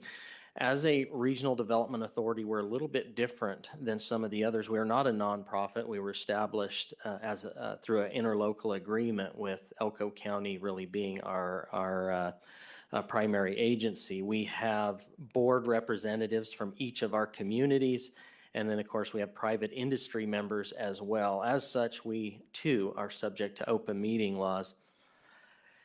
When it comes to economic development, we kind of view it in these 3 pillars, which is workforce development, community development, and business development. I like to bring this up simply because when it comes to business development, we hold a lot of the cards in regards to what we're doing up in northeastern Nevada. With community development and workforce development, we have to work hand in hand with our local communities and municipalities, or our K through 12 and higher education folks. And so we don't necessarily have as much influence in those spaces, but have to rely on what they feel is necessary in order to move forward. I mention that primarily due to this slide. As we approach economic development, we look at quality infrastructure is really the baseline and foundation of being able to attract quality and diversified business into our area. This results in industry growth and diversification, which naturally results in population growth, and eventually we get that retail and commercial growth, which most of our citizens think about when they think about economic development. For us, our lead progression, as you see that pyramid on the right, looks kind of like this. We don't have the massive numbers that you're going to see in the metro areas. By and large, we get about 1 to 2 solid leads every month, and these are folks that actually have some potential. With that, as you start to go up the pyramid, we start to lose them for various reasons. Some of them don't have enough money, or the environment changes. We've seen that in many occasions where construction costs have went up to a degree that they've changed their mind. Oftentimes, we don't necessarily have the capacity we don't have enough power, or we don't have access to rail or something. But as you can see, as we go up the pyramid, we start to lose these folks. And by and large, we average about 1 to 2 solid wins every year. And I would say that is, these are multi-million-dollar projects, not necessarily, the folks that are coming in and with a capital expenditure of $250,000. We're talking about multi-million in this case. Most of you folks are aware of their existing industry, which is, of course, mining, agriculture, gaming, of course, and hospitality and tourism. By and large, our gross regional product is about $7.7 billion. That's went up 30% in the last 5 years, and I contribute that primarily to raising gold prices. We've seen, in 2020 about $1,800 an ounce, and today we're, I think, over $5,000. If you're not aware, Nevada is always #1 on the Fraser Institute Index for mining investment. We have some of the top beef producing counties in the country. We have 2 leading export counties, which are Lander and Eureka County, for their alfalfa that go to the Orient and to Saudi Arabia. And then, of course, we're proud to host Great Basin National Park. As we get into opportunities and successes, So from a logistical perspective, we like to say that we are the bullseye of the Intermountain West. And as you can see in this graphic, that becomes evident. And so there's unquestionably an opportunity from a logistics standpoint. We also see the major logistic arteries running through northeastern Nevada, which include an interstate, a couple of U.S. highways, and of course, the Union Pacific Main Line. We do have a regional airport, which currently has a connection to Salt Lake City, And that goes back and forth twice a day. We would love to see that expanded to Reno and to Las Vegas. Unfortunately, I had to drive here yesterday, and for me, that's a 7-hour drive. And as much as I love the drive, it sure burns up a lot of the day. And so this is very important because this is subsidized heavily by the city and the county in order to keep this going. And so even though ridership has increased over the last few years, is we are always at risk of losing this airport, commercial service to this airport, which is going to be devastating from an economic development perspective. We have a couple of industrial parks that are worth mentioning. One, the city of Wells, which is fully developed, but unfortunately does not have natural gas going into it, but we've seen a lot of activity there, as well as the White Pine County Industrial Park, which is off of US 93 there in just outside of Ely. We have several large parcels that are privately owned, and the reason these are important is because of their size, over 5,000 acres. It's hard to find contiguous land masses like this across the state and especially across the country. So for those companies that need large area for whether it's security or buffer zones for hazardous material, whatever the case may be, we have not only this one, but of course we have this one coming soon, which is a transfer from the BLM and the Air Force, and it's always within 12 months of being completed, and that was the case 5 to 7 years ago, but we're hoping this year will be the situation. This has been a 20-year process. So this is just outside of West Wendover, and of course it borders Utah, and there's a lot of opportunity here where the city will annex that into their jurisdiction.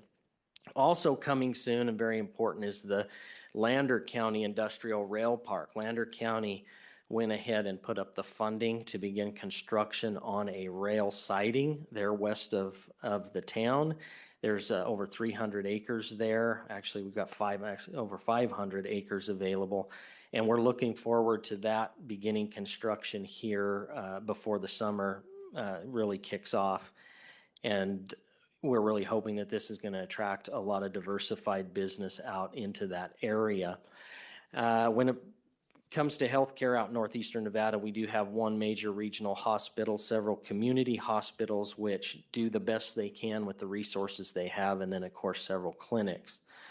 From an education standpoint, we have our K through 12 and also several charter schools as well, which we are definitely proud of as options for those who choose to go that route. And probably our crowning glory out in rural Nevada is Great Basin College, who I would say works better with industry than any other higher ed institution, and they've been doing it for a long time. There's over 40 areas of study. They do offer both associate and bachelor's degree and have several programs that work hand in hand with our mining industry up there. And it's a great campus and a great staff there that are making a difference in workforce development. One thing we like to say about rural Nevada is our economic stability is because gold by and large is usually inversely related to the market, as we tend to be, I don't like to say recession proof, but definitely insulated as a result. And so I always say when times are good, things are good in rural Nevada, or especially northeastern Nevada. When times are terrible, things are great in northeastern Nevada. And so that is definitely an added benefit, not only for the folks that live there, but those who are potentially thinking about coming to the area. Some of our target industries that we're trying to attract value-added mining, as mentioned earlier by Director Burns. We're trying to find those companies who can take a resource that we mine and extract in northeastern Nevada and eventually have a product that can be sold on the market as a final product.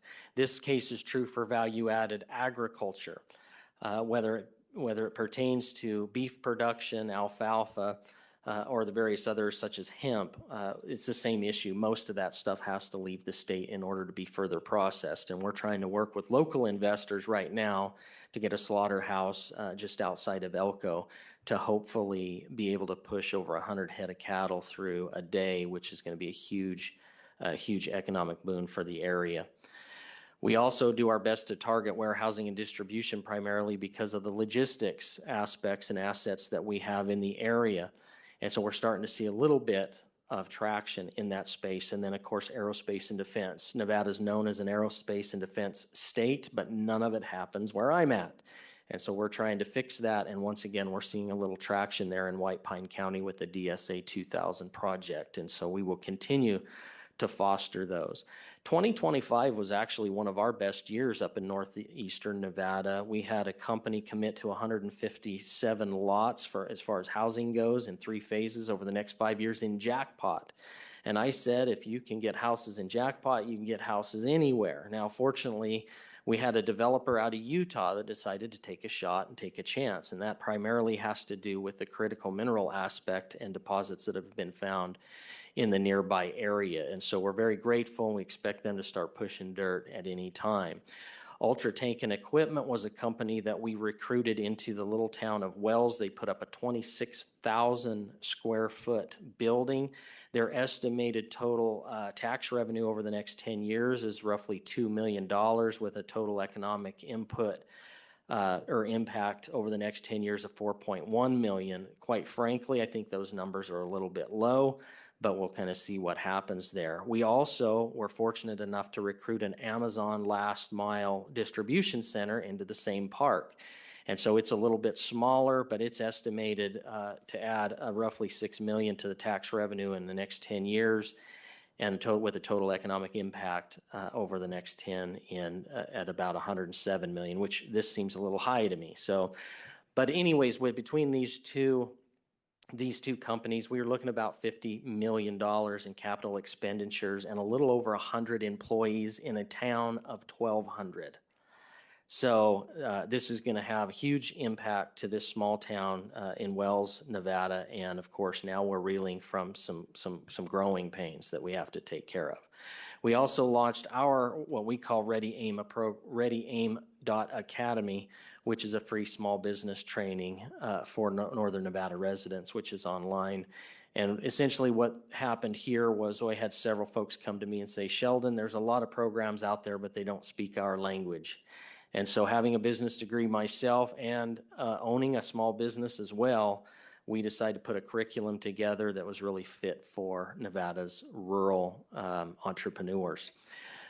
So just a quick annual average for our organization, we average adding about 50 jobs to the market every year. And, you know, these are not huge numbers. It doesn't sound that exciting, but as we say in rural Nevada, we're not looking for home runs. We're just trying to get some base hits. These have averaged about $34.79 an hour over the time I've been there. Essentially, this is from 2017. And we're averaging about $40 million in capital expenditure to the area every year. This is what our office is facilitating. This is not all that is happening in the region. So this is just what our office tends to facilitate. When it comes to difficulties and challenges, so first and foremost, housing is number one, the biggest challenge we face in my region, 110%. So what I have here is I have in each one of these jurisdictions, in White Pine County, based off of our just some rudimentary surveys, we're looking at about 150 units shy of where we need to be just to be on par. And so a lot of that in White Pine County has been driven by the state prison, by the local mines, and by various farms such as Silverline Farms north of town, and the hospital as well. In Eureka County, in the next 5 years, we are expecting over 800 new employees to that area. And that's primarily due to mining expansions between Nevada Gold Mines, McEwen Mining, I-80 Gold, and Kinross Mining. And so we are scrambling out there. Those numbers in parentheses are how many houses over 1 bedroom were available on Zillow in those communities. So, and that was as of last week. In Wells, like I said, we're expecting 100 new employees, and there's 7 houses for sale there. Now, we do have a small developer trying to do what they can out there, but there's 1 or 2 houses at a time. And then, of course, the city of West Wendover has indicated they need about 60 units in order to be up to par with what they need in their community. So where we're at is we really need, well over 1,000 houses in northeastern Nevada to accommodate the growth that we are expecting in the next 5 to 10 years. And so we are really scrambling in order to try to meet that need. Next up is infrastructure, so industrial power. By and large in northeastern Nevada, we just don't have a lot of juice. On the east side it's primarily co-ops, and when we have a company that comes to us looking for more than 3 to 5 megawatts of power, that's a stretch. And there's too many companies we've had to turn away because they needed 10 megawatts. And a lot of that has to do with just the way it's structured out there. With the two co-ops. If you get on the west side, there's a little bit more power available, but we are highly restricted.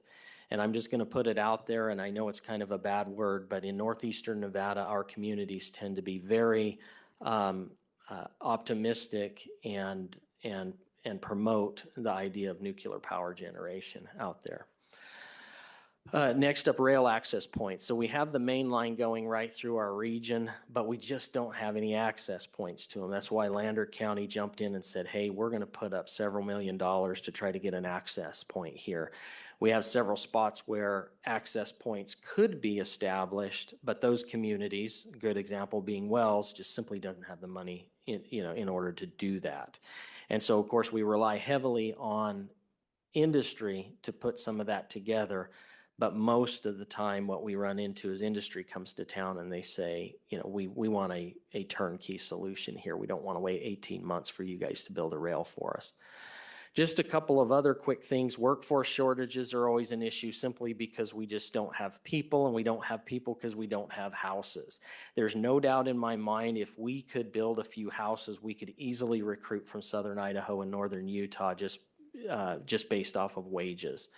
The average mining wage in northeastern Nevada is north of $100,000, and a lot of times those are starting wages. And so it would not be very difficult to pull some of the agricultural workers out of southern Idaho in order to work in northeastern Nevada, but we just don't have houses to put them.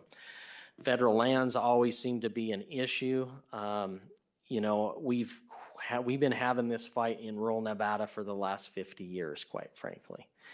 And now that some of the folks in the urban areas are starting to talk about it, I get a little bit more excited because I feel like we may be able to get over that hurdle at some point. When you start talking about federal land issues, most of the time people really get excited thinking that we're trying to get rid of Great Basin National Park or various wilderness areas, and that's just not the case. A prime example being the small town of Jackpot, which might as well be out in the middle of the Pacific Ocean because it is completely landlocked by federal land and we can't do much with it. And I've got more examples I could go into.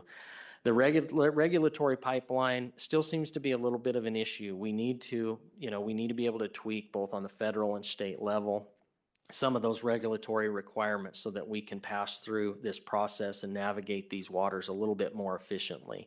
From time to time, I will say in the last 5 years or so, it has gotten better, but I feel like we still have some work to do. When it comes to options and solutions, and I'm guessing this is what you folks are primarily interested in, and I'm happy to elaborate on any of this. This is just my opinion based off of what I see in my area, and it is rural housing and infrastructure program allocation, specifically for those 14 rural counties that are dedicated to those 14 rural counties. An economic development funding paradigm shift, essentially put the money where it's needed, not necessarily where the population is. Concentrated rural marketing and lead generation. Some of these smaller rural RDAs, they need assistance. In many cases, some of our rural RDAs are funded just enough to pay for their staff. And I think that a little bit of help in marketing and lead generation would help. Fortunately, I'm not one of those. I'm just kind of speaking on behalf of all of rural Nevada in that situation. We need, once again, as I mentioned, state regulatory pipeline refinement, talk about that. And then, of course, as always, is a conversation is state abatement modifications.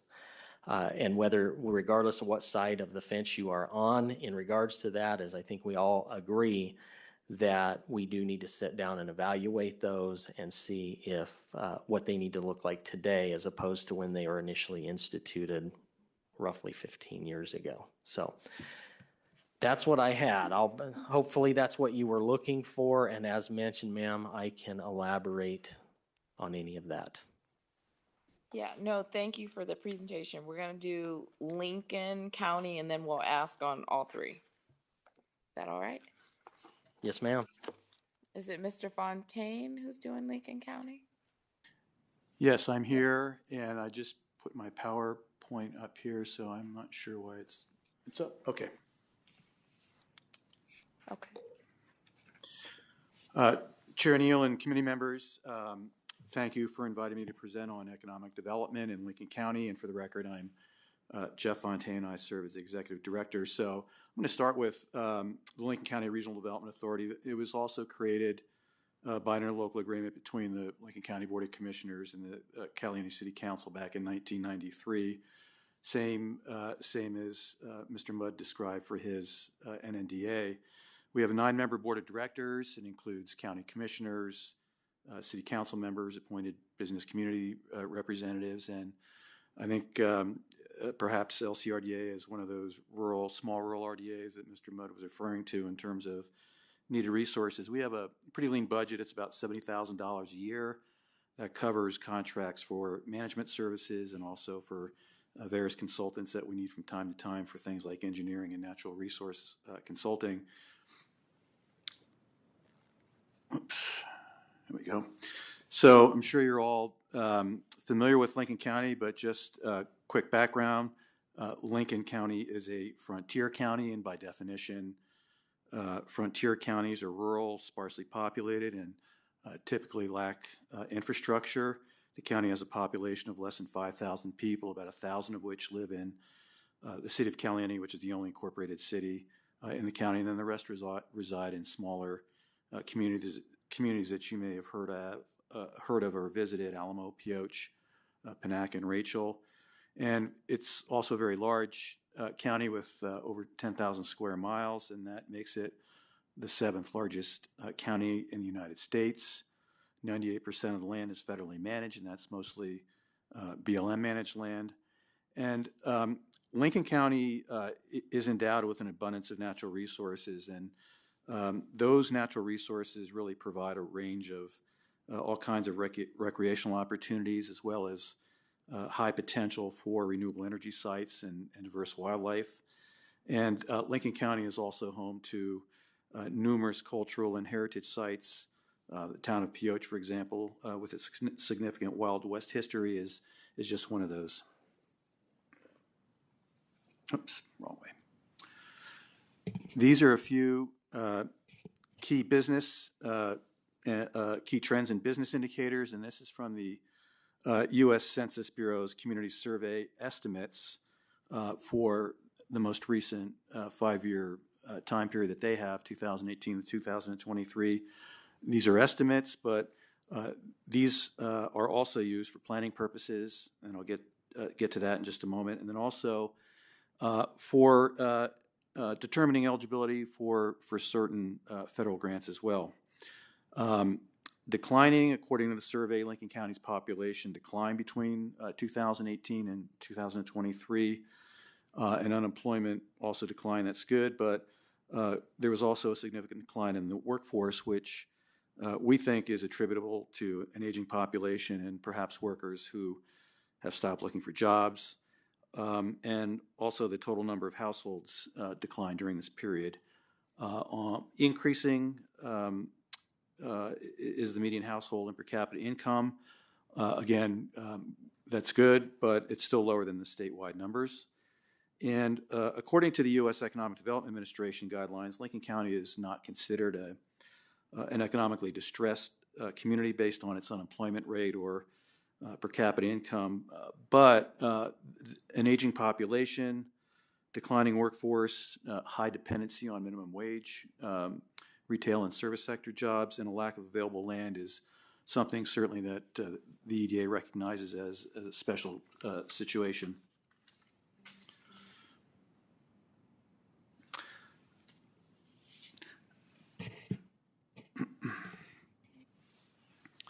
An overview of economic development efforts. This is really based on, is this on? There we go. This is really based on and guided by a comprehensive economic development strategy that is a 5-year effort. It's the most current one was initiated in 2023. It was developed in collaboration with the local community, the county, the city of Caliente, and with great help from the University Center for Economic Development at UNR. And the strategy is really based on 12 goals that contribute to economic growth and diversification while preserving and enhancing the quality of life, the rich cultural heritage and culture and heritage and abundant natural resources and amenities and assets in the county. And I just want to point out that the community really has a strong desire to preserve its quality of life and heritage, and this really guides the types of businesses and industries that we target. These are the goals. At the top of the list is increasing employment in food processing and biofuel production and waste to energy, acquiring land, reducing retail and service industry leakage, developing new housing units, sustainably growing the county's workforce, increasing access to broadband, increasing the number of housing construction permits, and some additional goals that really, I think, reflect the importance of preserving historic preservation and tourism, including the complete refurbishment and adaptive reuse of the Caliente Depot and Gem Theater, increasing the number of visitors, increasing the number of licensed firms in construction and trade, the number of businesses operating in the PH Commercial District, and continuing support for growth of the public sector employment opportunities.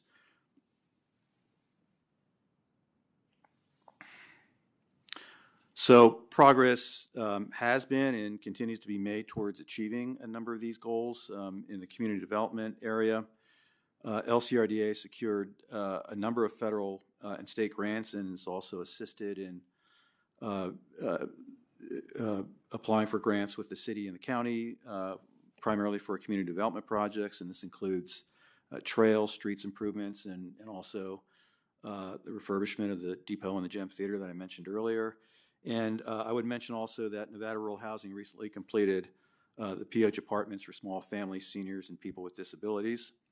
Under land acquisition and development, the Lincoln County Conservation Recreation Development Act of 2004 authorized about 90,000 acres of land for sale in Lincoln County, but to date, less than about 1,000 acres have actually been sold. Last year, the BLM approved the sale of 66 parcels totaling 5,500 acres and has committed to prioritize the sale of 1,700 of those acres for our top economic development goals by the end of the year. These are parcels that were nominated for sale as far back as 2014. For infrastructure, I would say the expansion of broadband is probably one of the most important infrastructure developments in the county. LCRDA did complete a technology action plan and supported the efforts of the Lincoln County Telephone system to connect anchor institutions and residents and expand their broadband. And I would also mention that the state's Eastern Nevada 432-mile 432-mile long fiber project currently under construction along US 93 is definitely going to improve regional redundancy and provide significant opportunities for economic development. Tourism and recreation, I want to focus on this a little bit. And I would say that this is certainly a bright spot in the economy for Lincoln County. And thanks to the efforts of the Lincoln County Authority of Tourism, a mostly volunteer organization, and the support of Travel Nevada, Lincoln County has become really a premier outdoor recreation destination. And Lincoln County is seeing and experiencing significant growth in tourism and recreational activity, and that brings more visitors and people to town. It really took off in 2020 in the COVID area, where people wanted to get out and get into less populated areas and have some space to move and roam and enjoy. And that was really, I think, the beginning of a lot of the what we're seeing now in terms of the acknowledgement of Lincoln County as being an outdoor recreation destination. And I'd also mention one of the really great successes, I think, is that Lincoln County now hosts a 4-H camp in Alamo for Southern Nevada. This was a partnership between Cooperative Extension at UNR, Clark County, and Lincoln County. Camp Alamo is a 72-acre outdoor learning center where youth build skills through hands-on experiences, and it's also the facility is also available to Lincoln County for special events. Renewable energy is another area where we're seeing some growth. And we have the just recently completed Estuary Power's 185 megawatt Escape Solar Project and battery storage project in Lincoln County. It's the county's first utility scale solar project. And Lincoln County also is now part of, I guess, officially part of the state's lithium supply chain. Nevada Industrial Storage, which is a 132-acre parcel in Alamo, is where Redwood Materials is storing lithium batteries for second life applications. This is a significant industrial development for the town of Alamo, and just to put things into perspective, it has created somewhere between 12 and maybe 20, I think they're projecting 20 full-time jobs with benefits, and they're all local jobs. That is a significant increase in jobs for the town of Alamo. 10 to 20 is a big success. And then I just want to, I guess, before I get off of this slide, just make one comment about successes. And really what we find is that it's really the strong partnerships and support that are critical in meeting our goals. And we have lots of partners, you know, obviously our members, Lincoln County and the City of Caliente, but starting with the Nevada BLM office, a number of state agencies, GOET, of course, the Office of Federal Assistance, OSIT, NDOT, Department of Ag, Travel Nevada, DCNR, the Center for Economic Development at UNR, and others. And so we've had a lot of support, a lot of people pitching in to help get things moving in Lincoln County. I'm not going to get into a lot of detail here. It's already been mentioned: lack of land for private development, inadequate infrastructure. Similar to what Mr. Mudd indicated, there is no natural gas in Lincoln County. Water and power are the primary infrastructure needs that limit development. Lincoln County has relied on inexpensive Hoover Dam power for generations, and that power is being curtailed, and we're at the point now where it's becoming very difficult and very costly to obtain power to meet all of the demands, let alone create new industrial types of opportunities. In addition, just the transmission lines that serve Lincoln County from Hoover Dam are the original power lines constructed back in 1936, so the prospects of upgrading those or expanding the capacity in those lines is certainly really limited. And then as far as water is concerned, Lincoln County does have a fair number of groundwater basins that are very productive, but we also have groundwater basins where there are limits on the ability to use those basins, and so that's certainly something that can hinder development as well.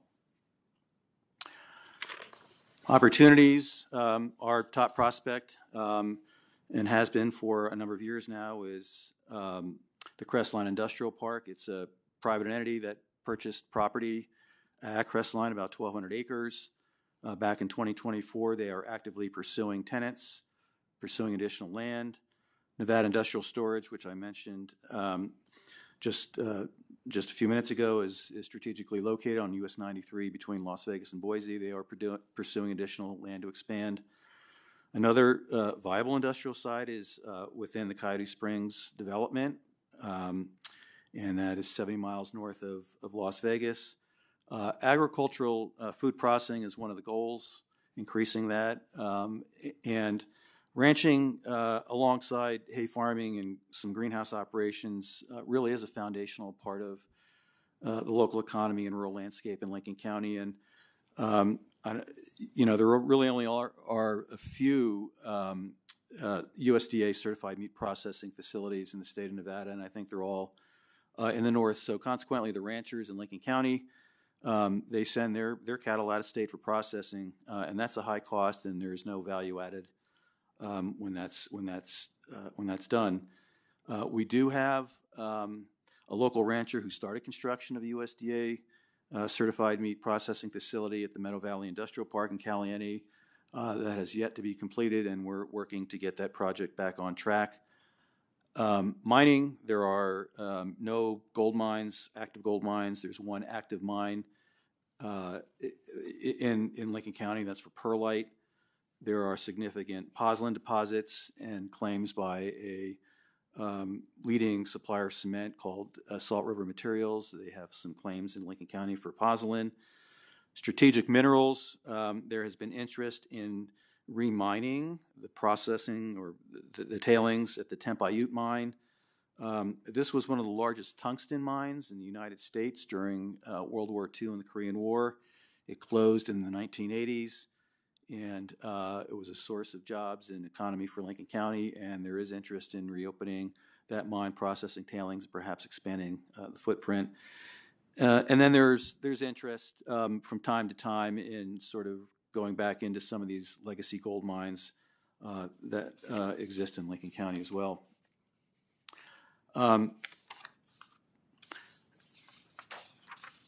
Regional partnerships, I already talked about that. Tourism and outdoor recreation, again, I think that it's really pretty unlimited in terms of the types of opportunities that would be associated with outdoor recreation. There's significant opportunities. And we work closely with our Lincoln County Authority of Tourism to try to create some business opportunities around that.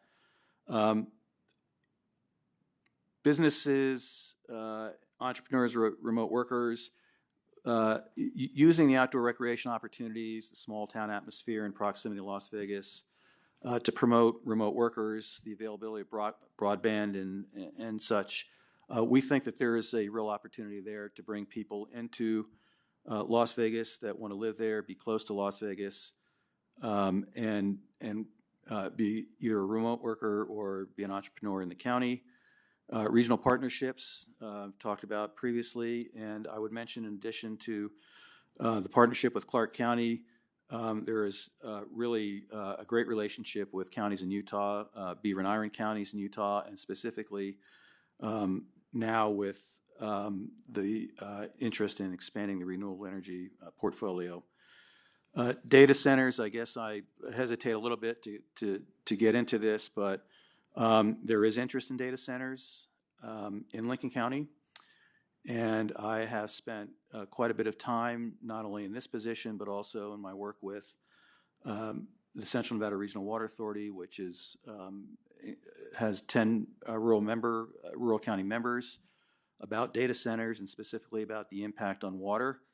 And that's certainly a discussion that needs to take place about whether data centers fit here or fit there, but data centers do come in different sizes and shapes, and can pretty much guarantee that we're not going to be seeing a hyper-scale data center in Lincoln County anytime soon, or hopefully never, but there are perhaps opportunities for smaller scale data centers that are powered with renewable energy and really have minimal or no consumptive water use. And so again, those discussions are taking place, and certainly more than happy to engage in those as well.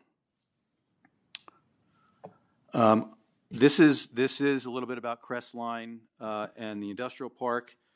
Again, it's about 1,200 acres currently. That's approximately 20 miles west of the town of Panaca, just about on the Utah border. One of the significant opportunities here is that line that you see going through there.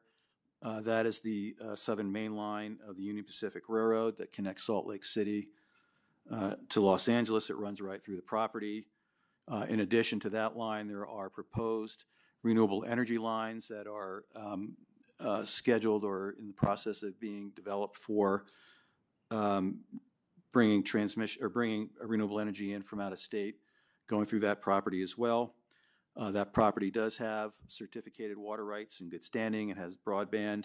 The main access is off of State Route 319, but it's via 12-mile unpaved road, so we're trying to find some grant funding to make some improvements there. And also, there's no power at this time out there, and so the opportunity here is for the development of solar and other renewable energy, battery storage, and create basically a microgrid at that site. It's unique because it's a waste-to-energy project. It's basically utilizing pervasive pinyon juniper woodlands in Lincoln County and perhaps expanding beyond that even into the Great Basin in eastern Nevada. Working closely with the BLM through a formal agreement to treat those areas that they need treated to facilitate wildfire risk reduction and habitat and watershed restoration and basically watershed resilience, and do those treatments, use the pinyon juniper biomass as a feedstock to create advanced biofuels, primarily for drop-in fuels, if you will, for transportation.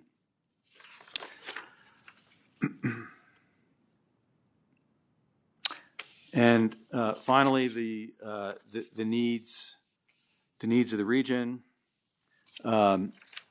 Again, like Mr. Mudd indicated, and you'd probably hear this from most, if not all, of the rural RDAs, and that's expanded and improved infrastructure to support, primarily to support target industries and build resiliency. Again, for example, in Lincoln County, where it's dependent, mostly it has been for generations, dependent upon a diminishing power supply, perhaps from Hoover Dam. There needs to be resiliency not only for economic development, but for community development as well. Access to electric transmission lines. We, as I mentioned earlier, in Lincoln County, there are plans for at least 2 new renewable energy transmission lines to come through the county. And we would believe it's really important to have the ability for Lincoln County to be able to access those lines, both to receive energy as well as to provide energy that can be produced in Lincoln County, particularly at the renewable energy site, to put it back into the grid and create some economic opportunities there as well. Enhance local government capacity to address community and economic development. This is probably an area that we can spend a lot of time on, but I just want to say this. We rely heavily on, as most RDAs do, on the local governments to support the work that we do. Lincoln County does not have a dedicated economic development person. They don't even have a county manager, and the staff that they do have is really responsible for a lot of different activities. So when it comes to things that we need to work with the county and the city on, code changes, permits, those types of things, well, certainly the commitment is there, the capacity and the resources to do a lot of that work isn't always there. And so increasing that capacity at the local level is really important. And I would just say this, just again, for sort of a point of reference, starting with the fact that Lincoln County already is at the maximum property tax cap of $3.66. And that tax, property tax in Lincoln County nets about $6 million a year for all local governments in Lincoln County. That includes the city, the county. I don't believe it includes the school district, but the city, the county, special districts, and townships. So that's important for us as well. And then lastly, I'm not going to repeat what Mr. Mudd brought up about economic development opportunities, incentives for frontier counties, but since I've been working with Lincoln County in this capacity, it's going on 10 years, I'm not aware of any property tax abatements or any abatements really that have been granted in Lincoln County, and I don't know the reason for that, except that there just haven't been any that I'm aware of. And I would say that this new solar development is probably the only renewable energy tax abatement that I'm aware of that's occurred in Lincoln County as well. So again, appreciate the time and the opportunity to present on behalf of Lincoln County.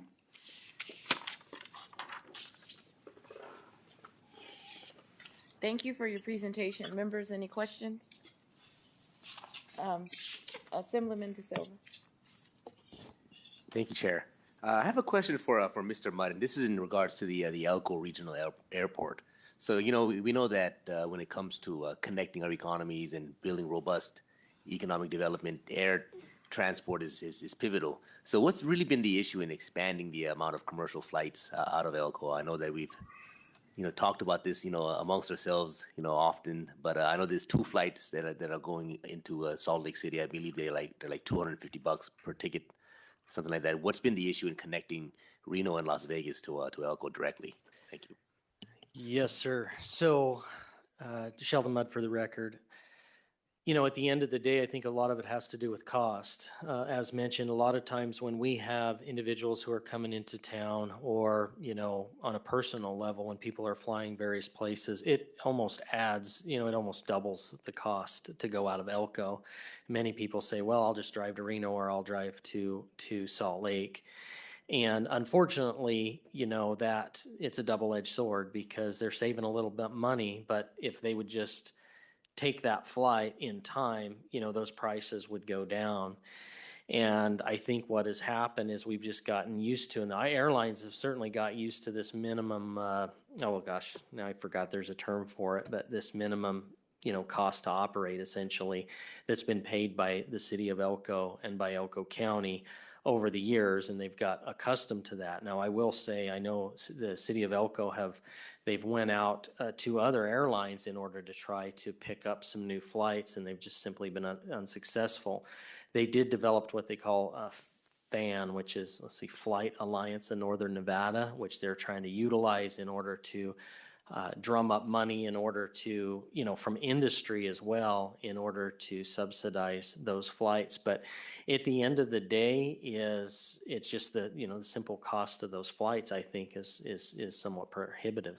From an economic development perspective, as mentioned, if we lose that, that's going to be detrimental because oftentimes when companies are looking at the area, they say, how close is the nearest commercial airport?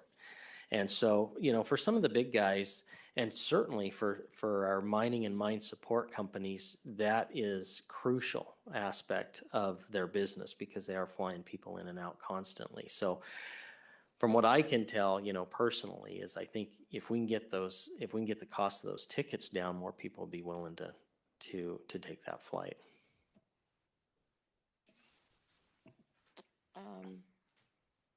Senator Danyate. Thank you, Madam Chair. Thank you so much to the presenters. Your commentary, the second presentation was actually one of the most interesting ones. I was looking at the challenges that you mentioned. It's funny because when we look at developments of projects, the things that we always look at is access to water rights, right, or proximity to water, access to any energy substations and so forth. And the last one is rail, and that was one of the challenges that you mentioned. I think my questions, I'm really thankful that Director Burns is here because I think my questions are probably directed to him. And of course, I would love the folks who presented to give me some feedback. Has there been, when we talk about improving rail access, is there certain mechanisms that the state can apply to in terms of when abatements are approved that companies are investing in developing those access points specifically as they're going into the industrial zones that you already have as part of your networks and so forth? I don't know if the state has any grant program, and maybe this is more of a question of how your coordination is with NDOT and other state agencies, but does the state have any leverage point in terms of providing supplemental grants for the increase of access points to rail. And I don't know, I know that there are federal programs, specifically the CRISI that I looked at, that are available. So I don't know if this is something that we can work with your agencies to take more leverage of those federal grants. I guess my question is, what can we do to support you to address that challenge, given that we're not going to be able to fix the manufacturing part until you've reached the rail access points to be able to ship the productions that they're making. So I don't know if you have any feedback on that. Sure, Senator. Thank you, Sheldon Mudd, for the record. So I'll try to address as best I can. If Director Burns wants to jump up, by all means. But I will say, just to chat about that for a moment, about a quarter of our inquiries that we get ask for access to the rail. So we're losing 25% of our leads just for that reason. So, I mean, this is crucial.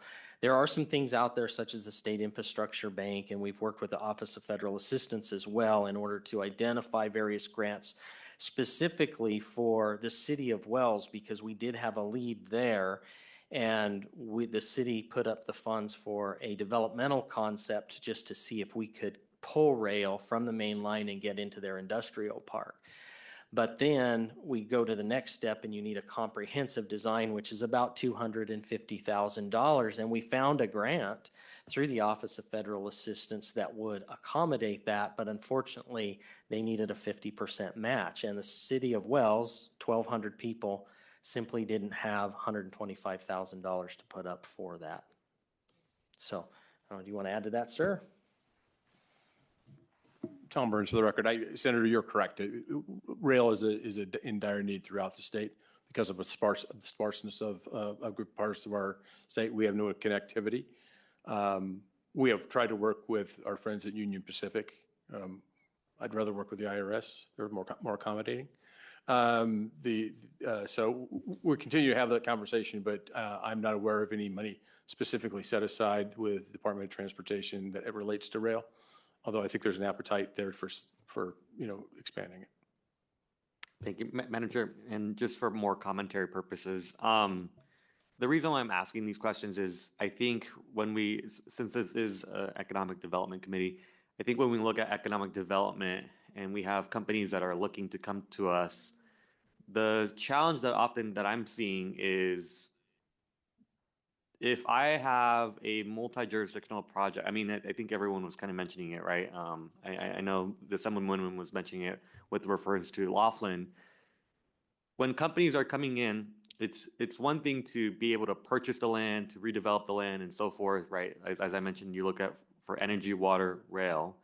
But it's also difficulty navigating the complexities of state, federal, local jurisdictions. And so I think what I would like perhaps that the members of the committee can work on, and maybe we can work on with GOED, is how do we centralize and empower GOED to be the streamlined approach of a multi-jurisdictional permitting process where you can coordinate the initial application and the monitoring and the guidance of application processing and work with the local jurisdictions so that all of the projects are being approved at the same time.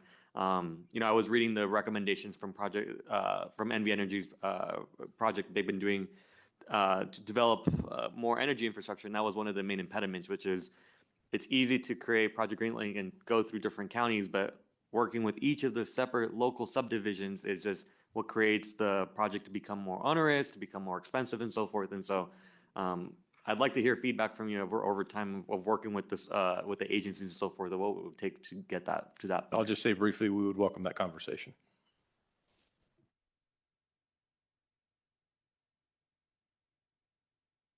Oh, Assemblywoman Backus. Thank you so much, Madam Chair. And I just have two questions. And mine would probably be for Mr. Fontaine for Lincoln County. I was looking at you had made a comment, and I just wanted to understand, because I didn't really understand it when it kind of came out really quickly, about the inadequate infrastructure, and mainly with respect to the power, and it said Hoover Dam is being curtailed. I understand like the struggles that you're having with the 1930s transmission lines, but I was kind of curious if maybe those went together, but I was curious about what was being curtailed by the Hoover Dam power source. Chair Neal, through you to Assemblymember Backus. You can just go straight. Okay, thank you. So Lincoln County has relied on really inexpensive renewable energy from Hoover Dam, its hydropower, for decades. The infrastructure, at least specifically the transmission lines that bring that power to Lincoln County, are the original power lines constructed in the 1930s. They mostly cross federal land, and so looking at the feasibility of replacing those lines, and by the way, Lincoln County is served by the Lincoln County Power District, and I don't want to speak on their behalf, but we work with them. We get briefings from them, and they're really good about updating everybody in the community about the status of what's going on. But the fact of the matter is they've got an antiquated transmission system or connection to the grid. And the power in Hoover Dam is the actual power delivered has diminished. And given where we are now with the Colorado River, the likelihood of it rebounding anytime soon is not really encouraging. And so they have been looking for supplemental power sources. I know they're working on maybe a 2 megawatt or 5 megawatt solar development. And so what happens now is they are basically forced to purchase power to meet peak demand to supplement what they're getting from Hoover Dam, and that's expensive power. Because they're competing with everybody else who's looking for power to meet peak demand in Nevada and probably California as well. So it's not only a lack of power, but it's also uncertainty about what power is going to look like and the cost of it going forward. And so, and we'll just sort of segue into this. That is one of the things that we are hoping to have developed. In addition to the biomass to biofuels project at the Crestline industrial site, is the ability through all of the various processes. And by the way, that site is designed to be a circular bioeconomy modeled after a concept in Denmark called Green Lab, where everybody's just, it's a symbiotic type of industrial environment, is to be able to produce and generate power on that site as well. So that can be put into potentially the grid. But the other comment I made was about the fact that there already is in Lincoln County a renewable energy transmission line. It's an interstate line. And there are plans to bring at least one more interstate renewable energy line right through Lincoln County. And having access to that line is absolutely vital, I think, for not only the community, but for the opportunity to be able to produce power in Lincoln County and put it back into the grid. It's probably more than you were asking about, but I just want to make sure I answered the question. Thank you so much. And Madam Chair, I do have a follow-up from, because I was curious at that, especially when considering looking at data centers. I think one thing we heard is they do use a lot of energy. So I was like, if they're already struggling, but now it sounds like you have these other two transmission lines looking at other solar development. Lincoln County is a beautiful part of our state. I drove up through Lincoln County last time we went to special session, mainly because I wanted to visit another part of our state, but it was a beautiful drive. And with that, if considering, I think about like little towns like Alamo, I know a lot of farming families that have generations that move out to Las Vegas to get jobs. And so I'm just thinking it must be very interesting having these conversations between like your ranchers and your farmers, like segueing into data centers. And now I'm obsessed. I don't know if you've had an opportunity, but this DRI article, when you're looking at, I was hearing in the past, like how much water our alfalfa farms used. And when I look at this chart and it's like 814 acre feet versus like potentially what a data center could use. But I know a lot of subsequent generations to farming and ranching are kind of moving away from that industry. Are you getting pushback from your like ranchers and farmers, or is this kind of being accepted? I'm very intrigued by that. It's a great question.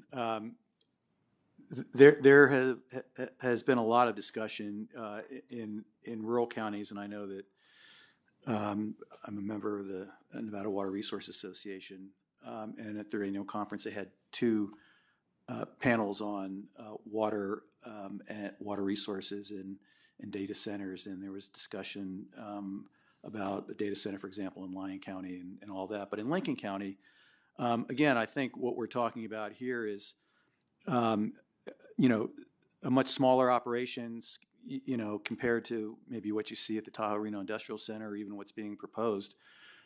I have had at least one inquiry from a farmer who is no longer interested in farming, has a lot of property, about the possibility of leasing. And by the way, it's less about the land, as you mentioned, and more about the water, but about leasing his land or selling his land and his water rights to a data center.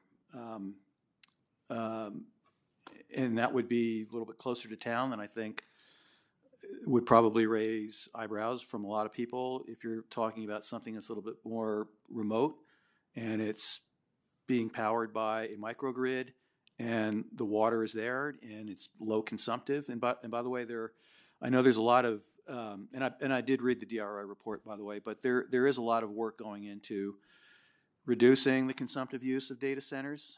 There's even purported that there's some data centers that basically have zero consumptive use. I'm not sure I would really agree with that or understand that, but it's a balance. It's a balance between, if you use more energy, you can reduce your consumptive water use. If you use more water and it's evaporative cooling, you reduce your energy use. So it's really a balance. And again, these are discussions only. There's been interest, I can say that much. And the other thing I would say about data centers is because of sort of the pushback they're getting in other parts of the country, particularly in the East and the Midwest, and I guess in California as well, or the rest of the West. Really at this point, what we're seeing is less about the specifics of the data center, but more about marketing of sites for data centers. And that seems to be what we're dealing with more than anything, at least at this point, that I'm seeing. Here's a site. Here's, it's close to Silicon Valley, or it's along Interstate 80, and there's fiber there, and there's water rights, and maybe there's power. But it's more about marketing the sites in at least in Northern Nevada, and maybe not so much, at least for us, or at least the counties that I work with in the Central Nevada Regional Water Authority, about specific project proposals at this point. Thank you for that. Thank you, Madam Chair. Senator Ellison, do you have any questions? Or Assemblywoman Gallant? Yes, I did. There was a question brought up about small agricultural farmers and stuff being able to apply for grants or whatever in rural Nevada. I'd like to try to get some information on that. And then the other thing, we did get 2 grants to expand that airport for a flight outfit to hit Vegas, Elko, Salt Lake, and Reno. And that, because of politics, got killed several years back. But Gogachi and I fought on that for years, trying to get that airport going. But right now, there's a lot of small people that want to put in farms, and they got the water rights, they've got the land. I just want to know how small or how big they got to be where I can let them know. And maybe I can get that answered.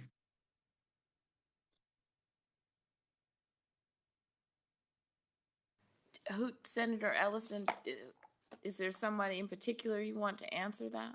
Yeah, it was the state Oh, agriculture. Yeah, but we're trying to find out if that's the case. We could let these people know. okay. So we'll try to get that information. I think, Mr. Woods, do you have information on what Senator Ellison is asking? This is Stephen Wood for the record. I don't have it, but we will follow up with you. All right, thank you. Okay. Thank you for that. Was that the only question, or do you have another one? No, that's it. The one is to get the information on the airport, and the other one was the try to get some help for some of these smaller people that are trying to get started. Okay. And that was brought up in the first testimony that they done. All right, thank you. Assemblywoman Gallant, do you have any questions?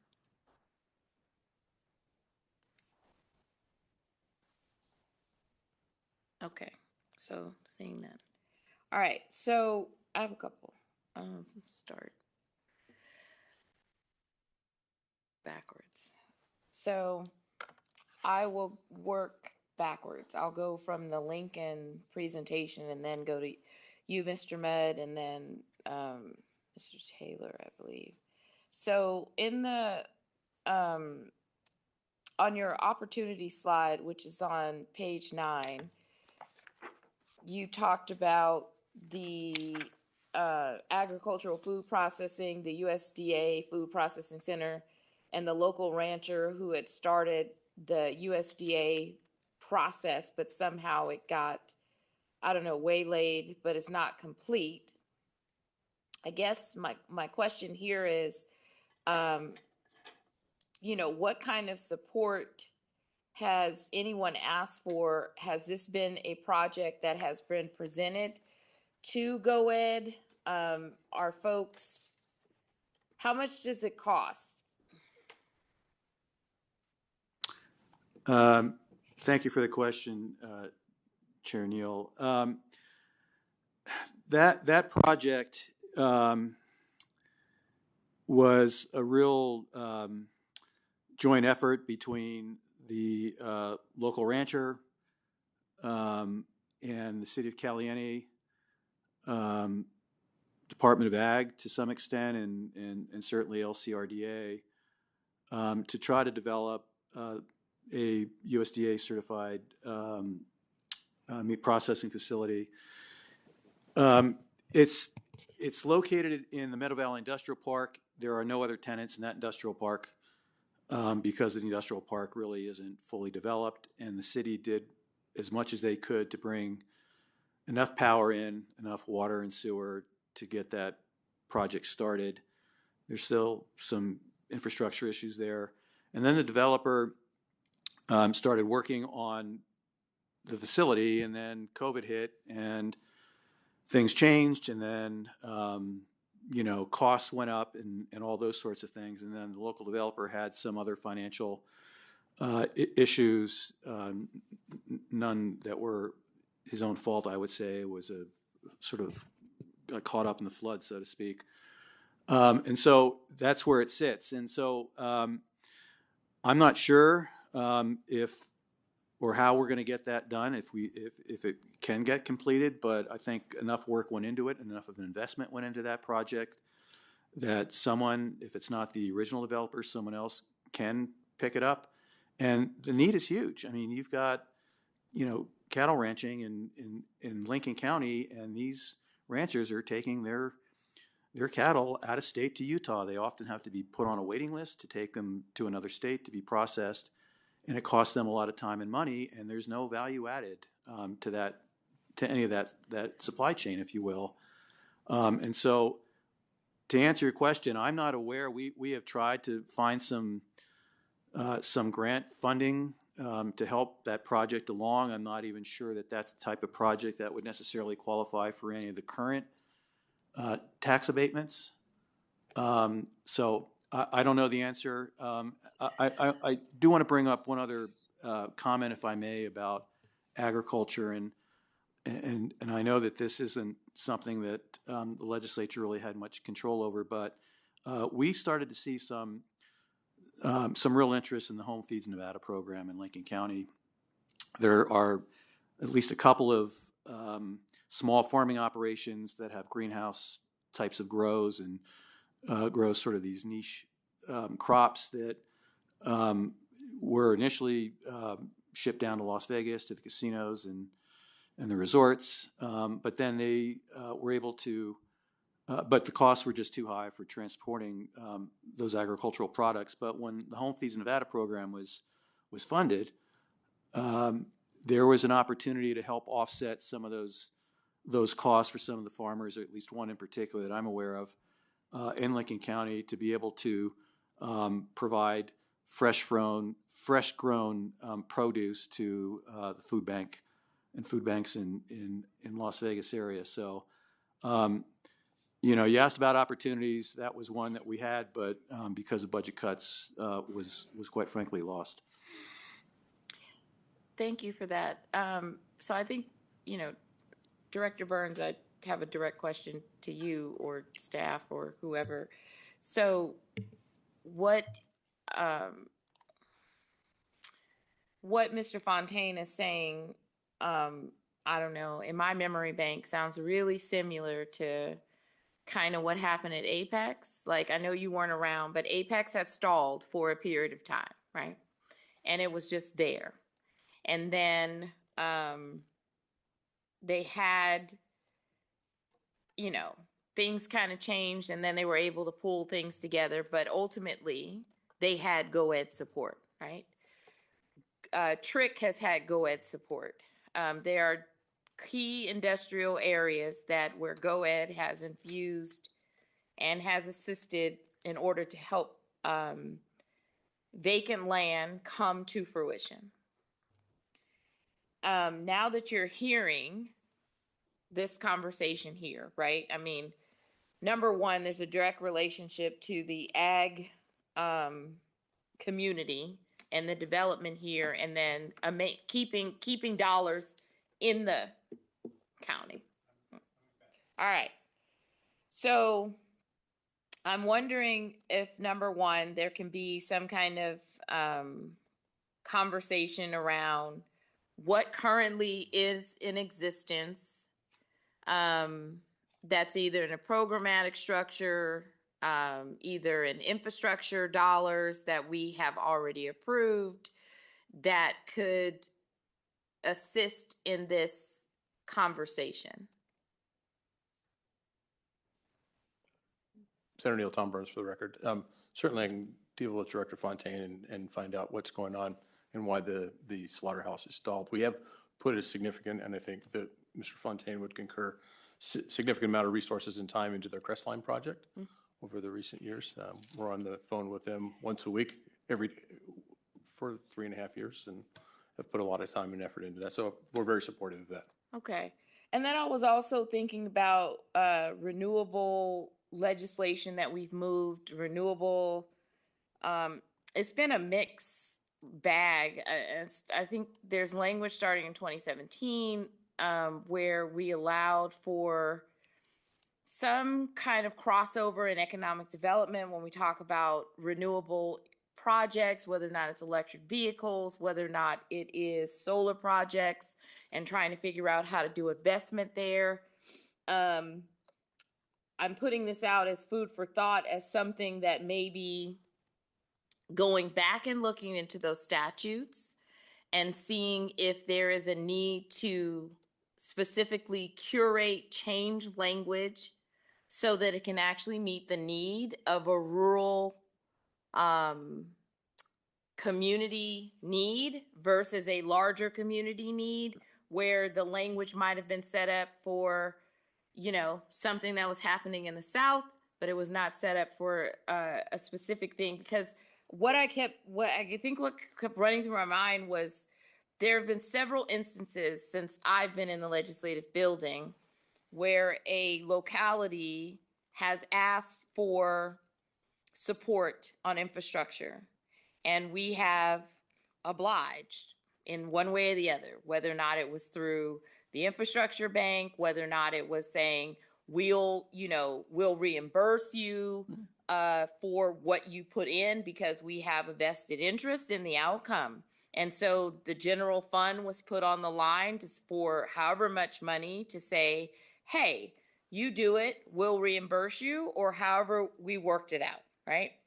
So I'm wondering if we should be thinking around those lines around what can we retool, what can we tweak, and as I ask the questions, I think I want you to be thinking about those things, just because I'm just thinking how many tools we've put on the table, but they weren't for this, but they were for something else. Like when their presentations were going, I found at least 2 different legislative pieces that dealt with solar, EV, renewable energy, but nothing that specifically is dealing with, these transmission lines. We've directed under another statute, under 701B in the Energy Department, to set aside 5% to pay for low cost and low income communities, right? But I know that these are run by co-ops, but I'm just thinking, like, we've been creative before. Like, it just baffles me that a county is saying we don't have enough energy to support business development. Like, it's crazy talk, actually. And so I feel like the solutions, I don't know if we've ever had a solution table to just talk about what is it that we already have in place that should be tweaked for your problem, and it's in statute. And we may need to change 6 sentences to get that goal and redirect dollars in that direction to get something done. I know I'm simplifying it, but honestly, I'm like, if it's possible to do all kinds of other things, then I feel like it's possible to do this. And we've done worse, right? We've given money away to people who didn't deserve it. So why wouldn't we be able to, give a pass and support rural communities so they can be healthier and support the Nevada ecosystem, right? Because I thought coming into this meeting, I was going to be talking about the middle mile and how we going to get to the last mile. not energy. So just something to think about, because I'll send the bills, but this is for the creative person. This is the one who says, I'm looking at the statute and I need to rethink what this energy bill should do for economic development, right? Like, I'm always thinking laterally across subject matters to try to figure out how does something we've already done, how can we go back and look at it again? Because even when I think about the 2025 legislation that you guys brought forward this past session that we were in conflict over, I didn't see anything in that language that supported, I saw biomass, but I didn't see anything that was nuanced to these kinds of problems that we're hearing today, right? And so I think and I know it comes off as criticism, and it is, but when I always say, like, we're going after the big fish and we're tailoring legislative product for the big fish, tailor it towards the small county and let's get some movement there, because I feel like that's where the real gain is going to be, even if it's a balanced approach. All right, half and half, but it can't all be big fish. Okay, and I'll just put a period there. All right, I'm just saying. Maybe that made it better to be like, if I cut abatements and make abatements do something else in the local rules. Anyway, okay. So my other question, Mr. Fontaine, was on this tourism and outdoor rec. Department of Tourism they have a study, or they have a guy going around. I believe there was a meeting in Elko. I think it was in March, on agritourism. Are you guys playing into that conversation? I'm aware of the initiative for tourism, and again, that's something that we would be happy to talk to the state folks and certainly work with our local Lincoln County Authority of Tourism on. I think there's tremendous opportunity in Lincoln County, and if anybody can help move the dial on that, I think it'll be our local tourism authority with the support of Travel Nevada and the ag community as well. So I haven't really gotten involved in it to date, but I'm looking forward to doing it in the future. Yeah, I think you should, because they're trying to figure out how to leverage your existing cultural niche areas and outdoor recreation into spots where people who are outside of the state are just like, this is what I want to do low key, come out and participate in this activity. And it's like a different way to spawn economic growth top up. I mean, well, bottom up, but there's some other things that need to happen alongside it, right? I mean, but it's at least a conversation. I also want to know, and this is going to be also the same question for you, Mr. Mudd, is how are you guys taking advantage of the housing tax credits that we actually have in statute? Have you ever used them? Have they ever been applied to housing in either Lincoln or in the Northeast? Because, I mean, they exist, but let's say it was refunded, because have you ever used them to try to build housing? I'll take a stab at that, and I don't want to speak definitively on behalf of Lincoln County or the city of Caliente, but I'm not aware of any use of those tax credits for housing in Lincoln County. Mr. Mudd? Sheldon Mudd for the record. Madam Chair, I have the same answer. I'm not aware of anybody using those tax credits in our area.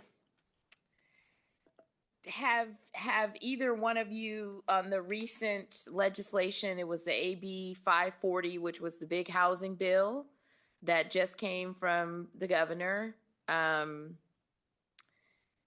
any of you guys participated in there? I believe it's, I think it's 20 million that was set aside for local governments. Have you guys applied for any of those dollars? So, Madam Chair, I'll Sheldon Mudd for the record. So the short answer is we participated in the process. So we testified in favor of that bill. We participated in the workshops. I gathered up developers and so forth to apply for those incentives, and they were all rejected. And so from what I understand is that there were $64 million allocated in February. 80% of that went to Clark and Washoe County. About 19% went to projects in Fernley. $750,000 went to the Rural Nevada Development Corporation out of Ely for down payment assistance. So that equated to 1% of that total allocation.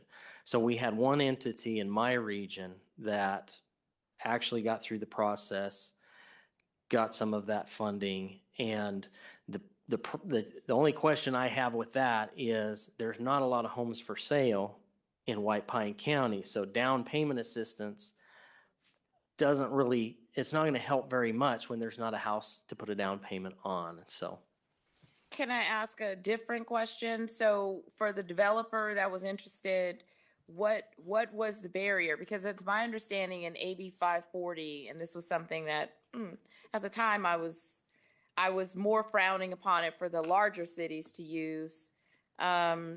There's a reimbursement piece for infrastructure cost. So you're actually paid back for, you can like submit a reimbursement to the state for anything that you need in order to develop. So what was the barrier? Correct. So some of the feedback that I have received is, and it's primarily from the developers themselves, is we had some developers who didn't necessarily have property in place, and I think that was part of the requirement, is you had to have, essentially have your funding and your bill, everything had to be ready to go, including a property. And so we had one individual who had essentially a letter of intent to secure property, but that wasn't good enough. We had another developer who they said they were rejected prior to the deadline. And so I think the best thing I can do is just give my opinion on this, is that there are projects that were already essentially in the pipeline, ready to go, had everything in place, those were selected. For us out in rural Nevada, we can't put those projects together because we don't have this one piece, this third leg of the stool, which oftentimes is funding. And so some of those applicants couldn't put those pieces together in order. And like I say, that is speculation on my part. I have reached out to the housing division to have those conversations, and we have not had those to date.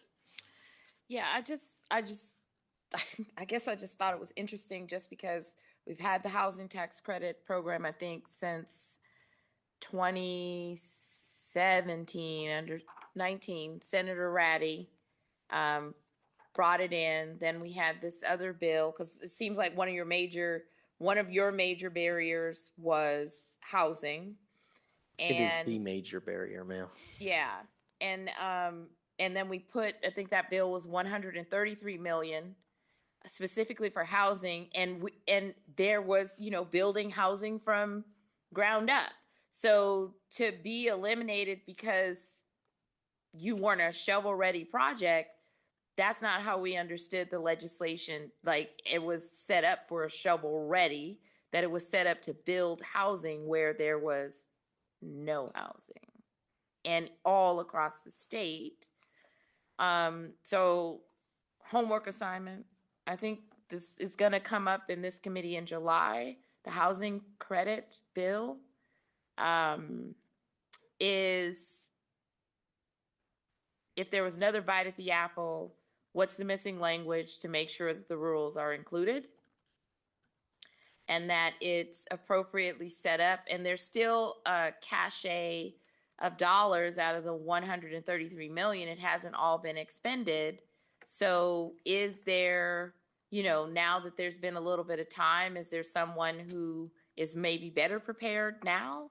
Do you need one of us to help with a housing division conversation to see, like, even if you were able to get, you had small numbers, but even if you were able to get, 30 houses online, it would make a difference. Created and built. So it's just something I want you to think about. I don't know, go back into 540, highlight it. It didn't come through this committee. It went through government affairs. However, the housing tax credits is still, it's a relevant point, and I think it matters. My other question to you was on when you talked about the railway access. I wanted to know if you're using inland ports, because inland ports has been in statutes since 2015. Assemblymember Backus updated in 2025. The tools that are in that are tax increment bonding. But the idea was to, be able to create access points within Nevada to connect rail, other kinds of access points that, not just highway, but other points in order to move goods and try to help with an economic ecosystem. So are you familiar with the inland port? Has it ever been of use to you?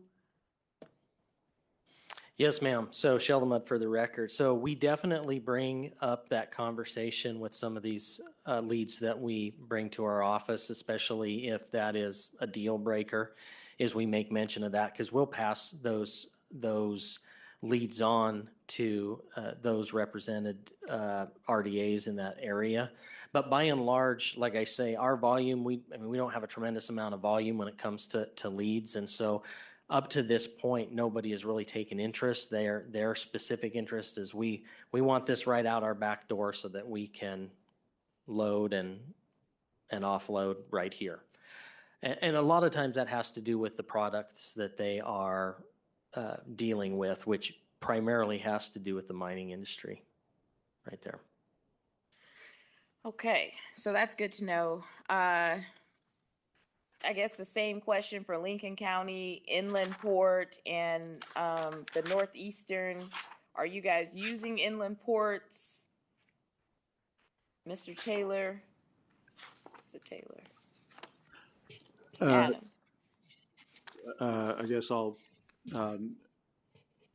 answer that, Senator Neal. So as I mentioned, with the project that we're working on in Lincoln County at Crestline, the Union Pacific Rail main line, Southern Main Line, goes right through the property, that industrial property. There has been discussion about an inland port set up around that, but we haven't really gone much further than the discussion stage. And I think it would be an important tool potentially, but to date that has not really gone beyond at least the initial conversation stage. Madam Chair, excuse me. Yeah. Go ahead. Yeah, Madam Chair, for the record, Taylor Adams. We do have a provider in our area that is in the process of developing infrastructure that should lead in time to the designation of an inland port. Important to know, though, in the present, where this developer, IRG, is working at risk, they have not yet elected to go through the formal process of working with our local agencies and GOED to get formal designation of a port. They are, however, building the infrastructure. Okay, so it's potentially viable for you, but not for everyone else. So what I'm wondering is it the wrong tool to help with transportation of goods?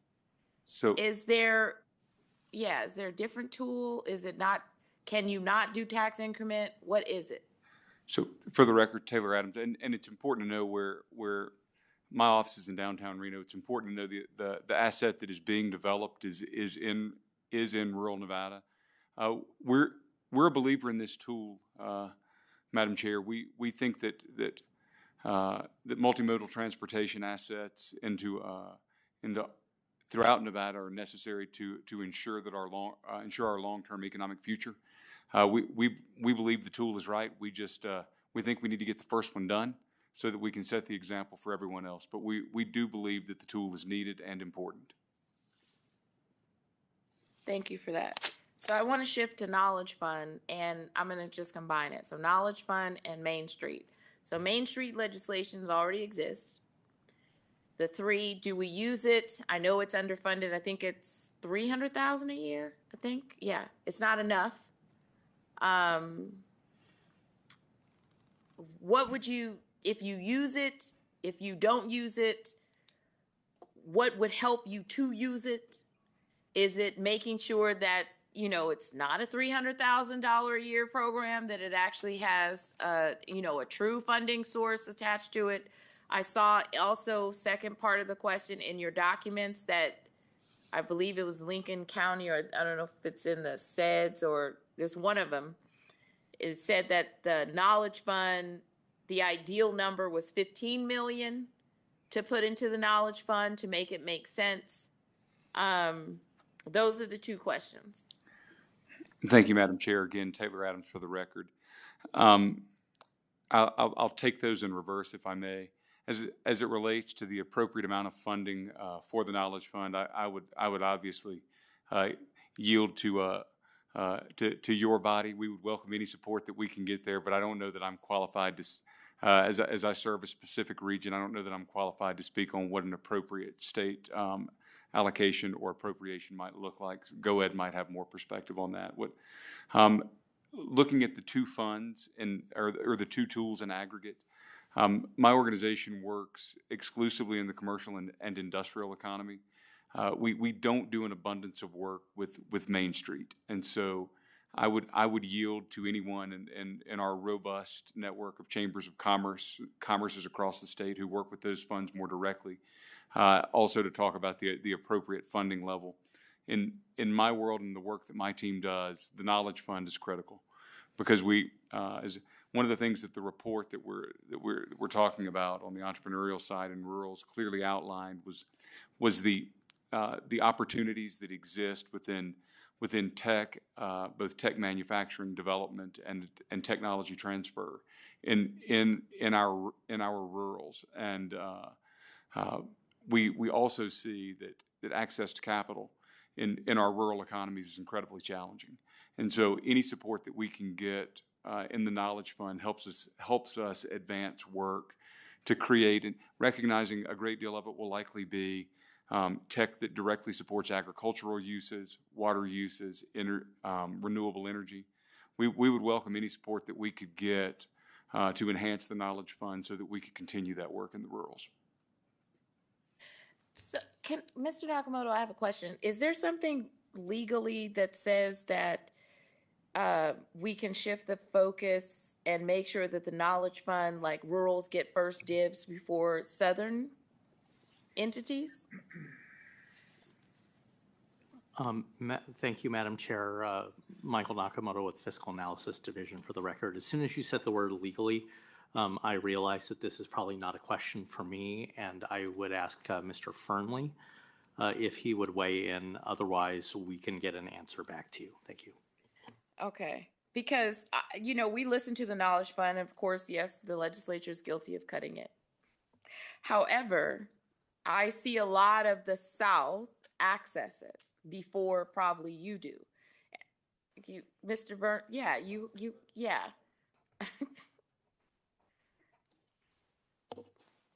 Tom Burns for the record. So currently we get $2.5 million a year. That is split up between 3 institutions. It is split up rounding numbers, so forgive my little grace, but about 35% to the University of Nevada, Reno, 35% to the University of Nevada, Las Vegas, and 30% to DRI. And I believe, this one I would defer to the gentleman, I'm assuming with the legal background, but I believe under current statute, they have to be 4-year research institutions. Okay, so it certainly begs the question of how to raise revenue, or how to figure out how to keep revenue in the pot in order to spread it to try to help cover needs, because that's not enough to get to the rurals. And clearly, the South gets first dibs or first action when it comes to the legislature. I mean, if it goes to UNR, that doesn't mean that it touches the rural community. I think it's one of these conversations, like when I'm talking about, like, how do we raise revenue or how do we keep revenue? We have a lot of things to fund in order to make economic development real across the state. And we have programs that are in place. And I guess, as we're having this conversation, I'm trying to figure out, in the rural communities, if Main Street is not what you use, should we create something else? Should it be something else? Should it be designed a different kind of way to get the outcome that you need? Because this has been around for, I think, Assemblywoman Swank did the Main Street in 2015. And so the question is, if the tools are on the deck in 2027, what is the re-envisioning of the tool? And I think that's where we need to that's where I want you guys to think about. Madam Chair, if I may, Sheldon Mudd for the record. So just to speak on Main Street out in northeastern Nevada, I know several of our communities are participating in that program.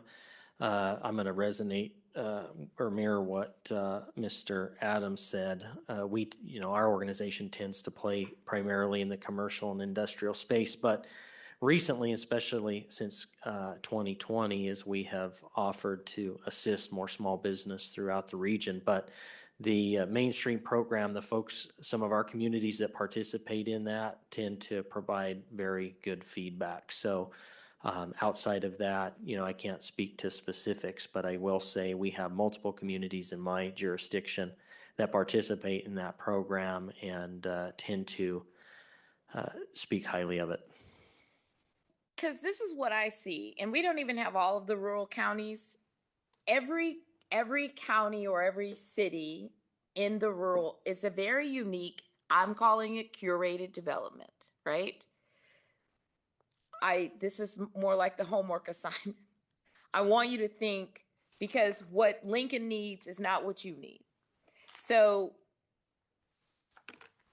what would be the curated tool that would need to exist, right? So if you went into the statute, you looked at all the tools, you said, this doesn't exist. What would need to be created? Is there something there that misses the mark because it doesn't speak to your tax base, so it's not something you can use, right? So we use tax increment financing a lot. What is the barrier on you being able to leverage that? Why is that not a tool that's going to create an economic development change for you? Because, like, if I look at Lincoln, where you're like 5,000 people, where's the tax increment going to come from, right? These are the things that I'm thinking about that I want you to think about. We have some time between now and 2027, because I think we at least need to put 2 steps forward to deal with this, because I believe that if we don't get this right, or at least start trying to fix it, the economic development plan of the state, I think, is missing. This is my opinion, that it's missing the mark when it doesn't include how to grow those economies based on the assets that you have, and trying to at least remediate some of the most significant barriers, at least in 27, right? So you think, what can you mitigate in 27? What can you mitigate in 29? Then what can you mitigate in 2030? And then I'm not here anymore. And then some other human will give you grief. But that's what I think you need to think about. Mr. Director Burns? Sorry. Go ahead, Mr. President. Madam Chair, Sheldon Mudd for the record. So, yeah, so I don't want you to think that these conversations have never happened before. We've had several of these conversations with our communities, trying to promote and leverage various economic development tools, including tax increment financing. By and large, what I have seen is, especially with our smaller communities, communities like Elko have a pretty robust city staff and so forth, and certainly have the capabilities and capacity to put some of that stuff in place. Why they don't, they have their various reasons. Some of our smaller communities, however, I think get somewhat intimidated by some of that information. They're not sure exactly how they can implement it. You have individuals who are wearing 2 or 3 different hats, and so the fear of being overwhelmed. I do think what you're talking about is important, and maybe a situation where somebody, whether it's the Office of Economic Development or somebody else, essentially puts forth best practices. Here's how this can be done. Here's how you can do this, in order to really coach some of these smaller communities through that process. Now, they can choose not to adopt it, but I think that tends to be one of the biggest barriers. Is this sounds good, but how in the world do we do it in a community with a population of 2,000 people and staff that already feel somewhat overworked? So That tends to address that. As far as some of the other points that were made, how do we get some of these programs to work for rural communities, is I think language has to be put in place that certain allocations are made specifically for those 14 counties.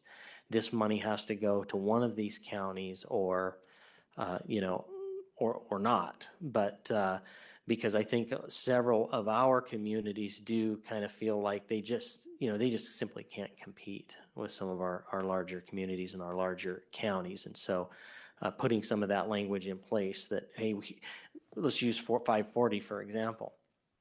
Let's put this bill together that specifically addresses this in one of these 14 counties. And this money is only available to those counties. Something along those lines, I think, would be useful. And I had another point, but it's got lost in there. So I will yield to Director Burns. That's fine, Director Burns. I would advise Mr. Mudd that happens more as we mature more. I was just going to provide clarity on dealing in the Main Street space, in that the preponderance of the folks that we deal with are really, to Taylor's point, are set up by the local chambers of commerce, tend to be standalone entities that are volunteers that just do the Main Street project. Okay, thank you for that. So I have a lot of questions I'm gonna ask online. I'm gonna ask offline and just shoot them over. So we're gonna close this presentation so everybody can have lunch. But what I want folks to think about is that for this particular interim revenue, our bills, our drafts are due, August, or at least, August 31st.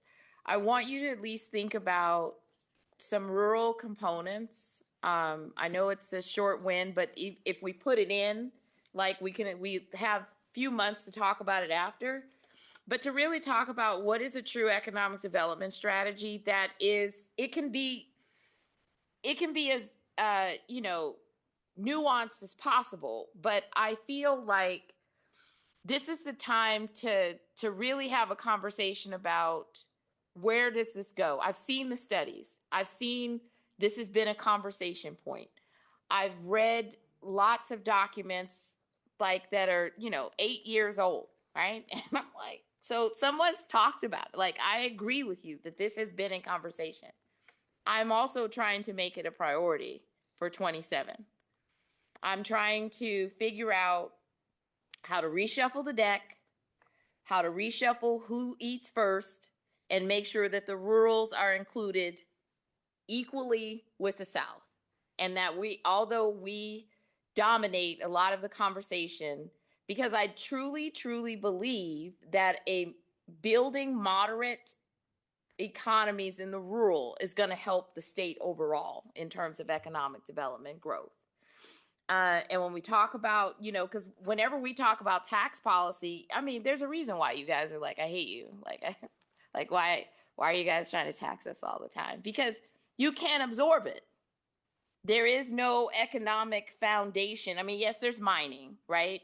But in terms of the ability to absorb that hit, that's why it's a constant, like, okay, you Southerners trying to, tax us, but you cannot absorb it. So we need to be thinking about what does this look like in the revenue needs that we have in the economic development strategy, because it's there. It's not like agriculture is not in the plan. It's in the plan. Transportation's in the plan. In the ports, in the plan. It's in the broader state plan. You have the whole category of other, right? And so that's what I think we should be doing. So think about that. Up north, think about what it is. I know Reno, you guys are different, but you also have some other parts under the umbrella for the RDA up there. If you were talking about RDA funding, because that was one that all three of you mentioned, what is that number?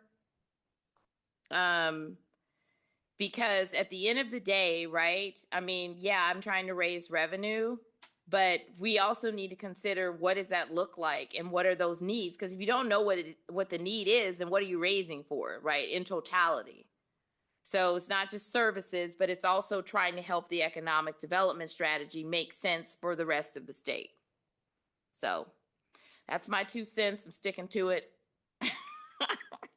And we will go ahead and close this agenda item and then break for lunch. And then after we come back, we'll have staff presentation. But thank you guys for spending your time. Thank you for the 7-hour drive. We appreciate it. All right. Go into recess.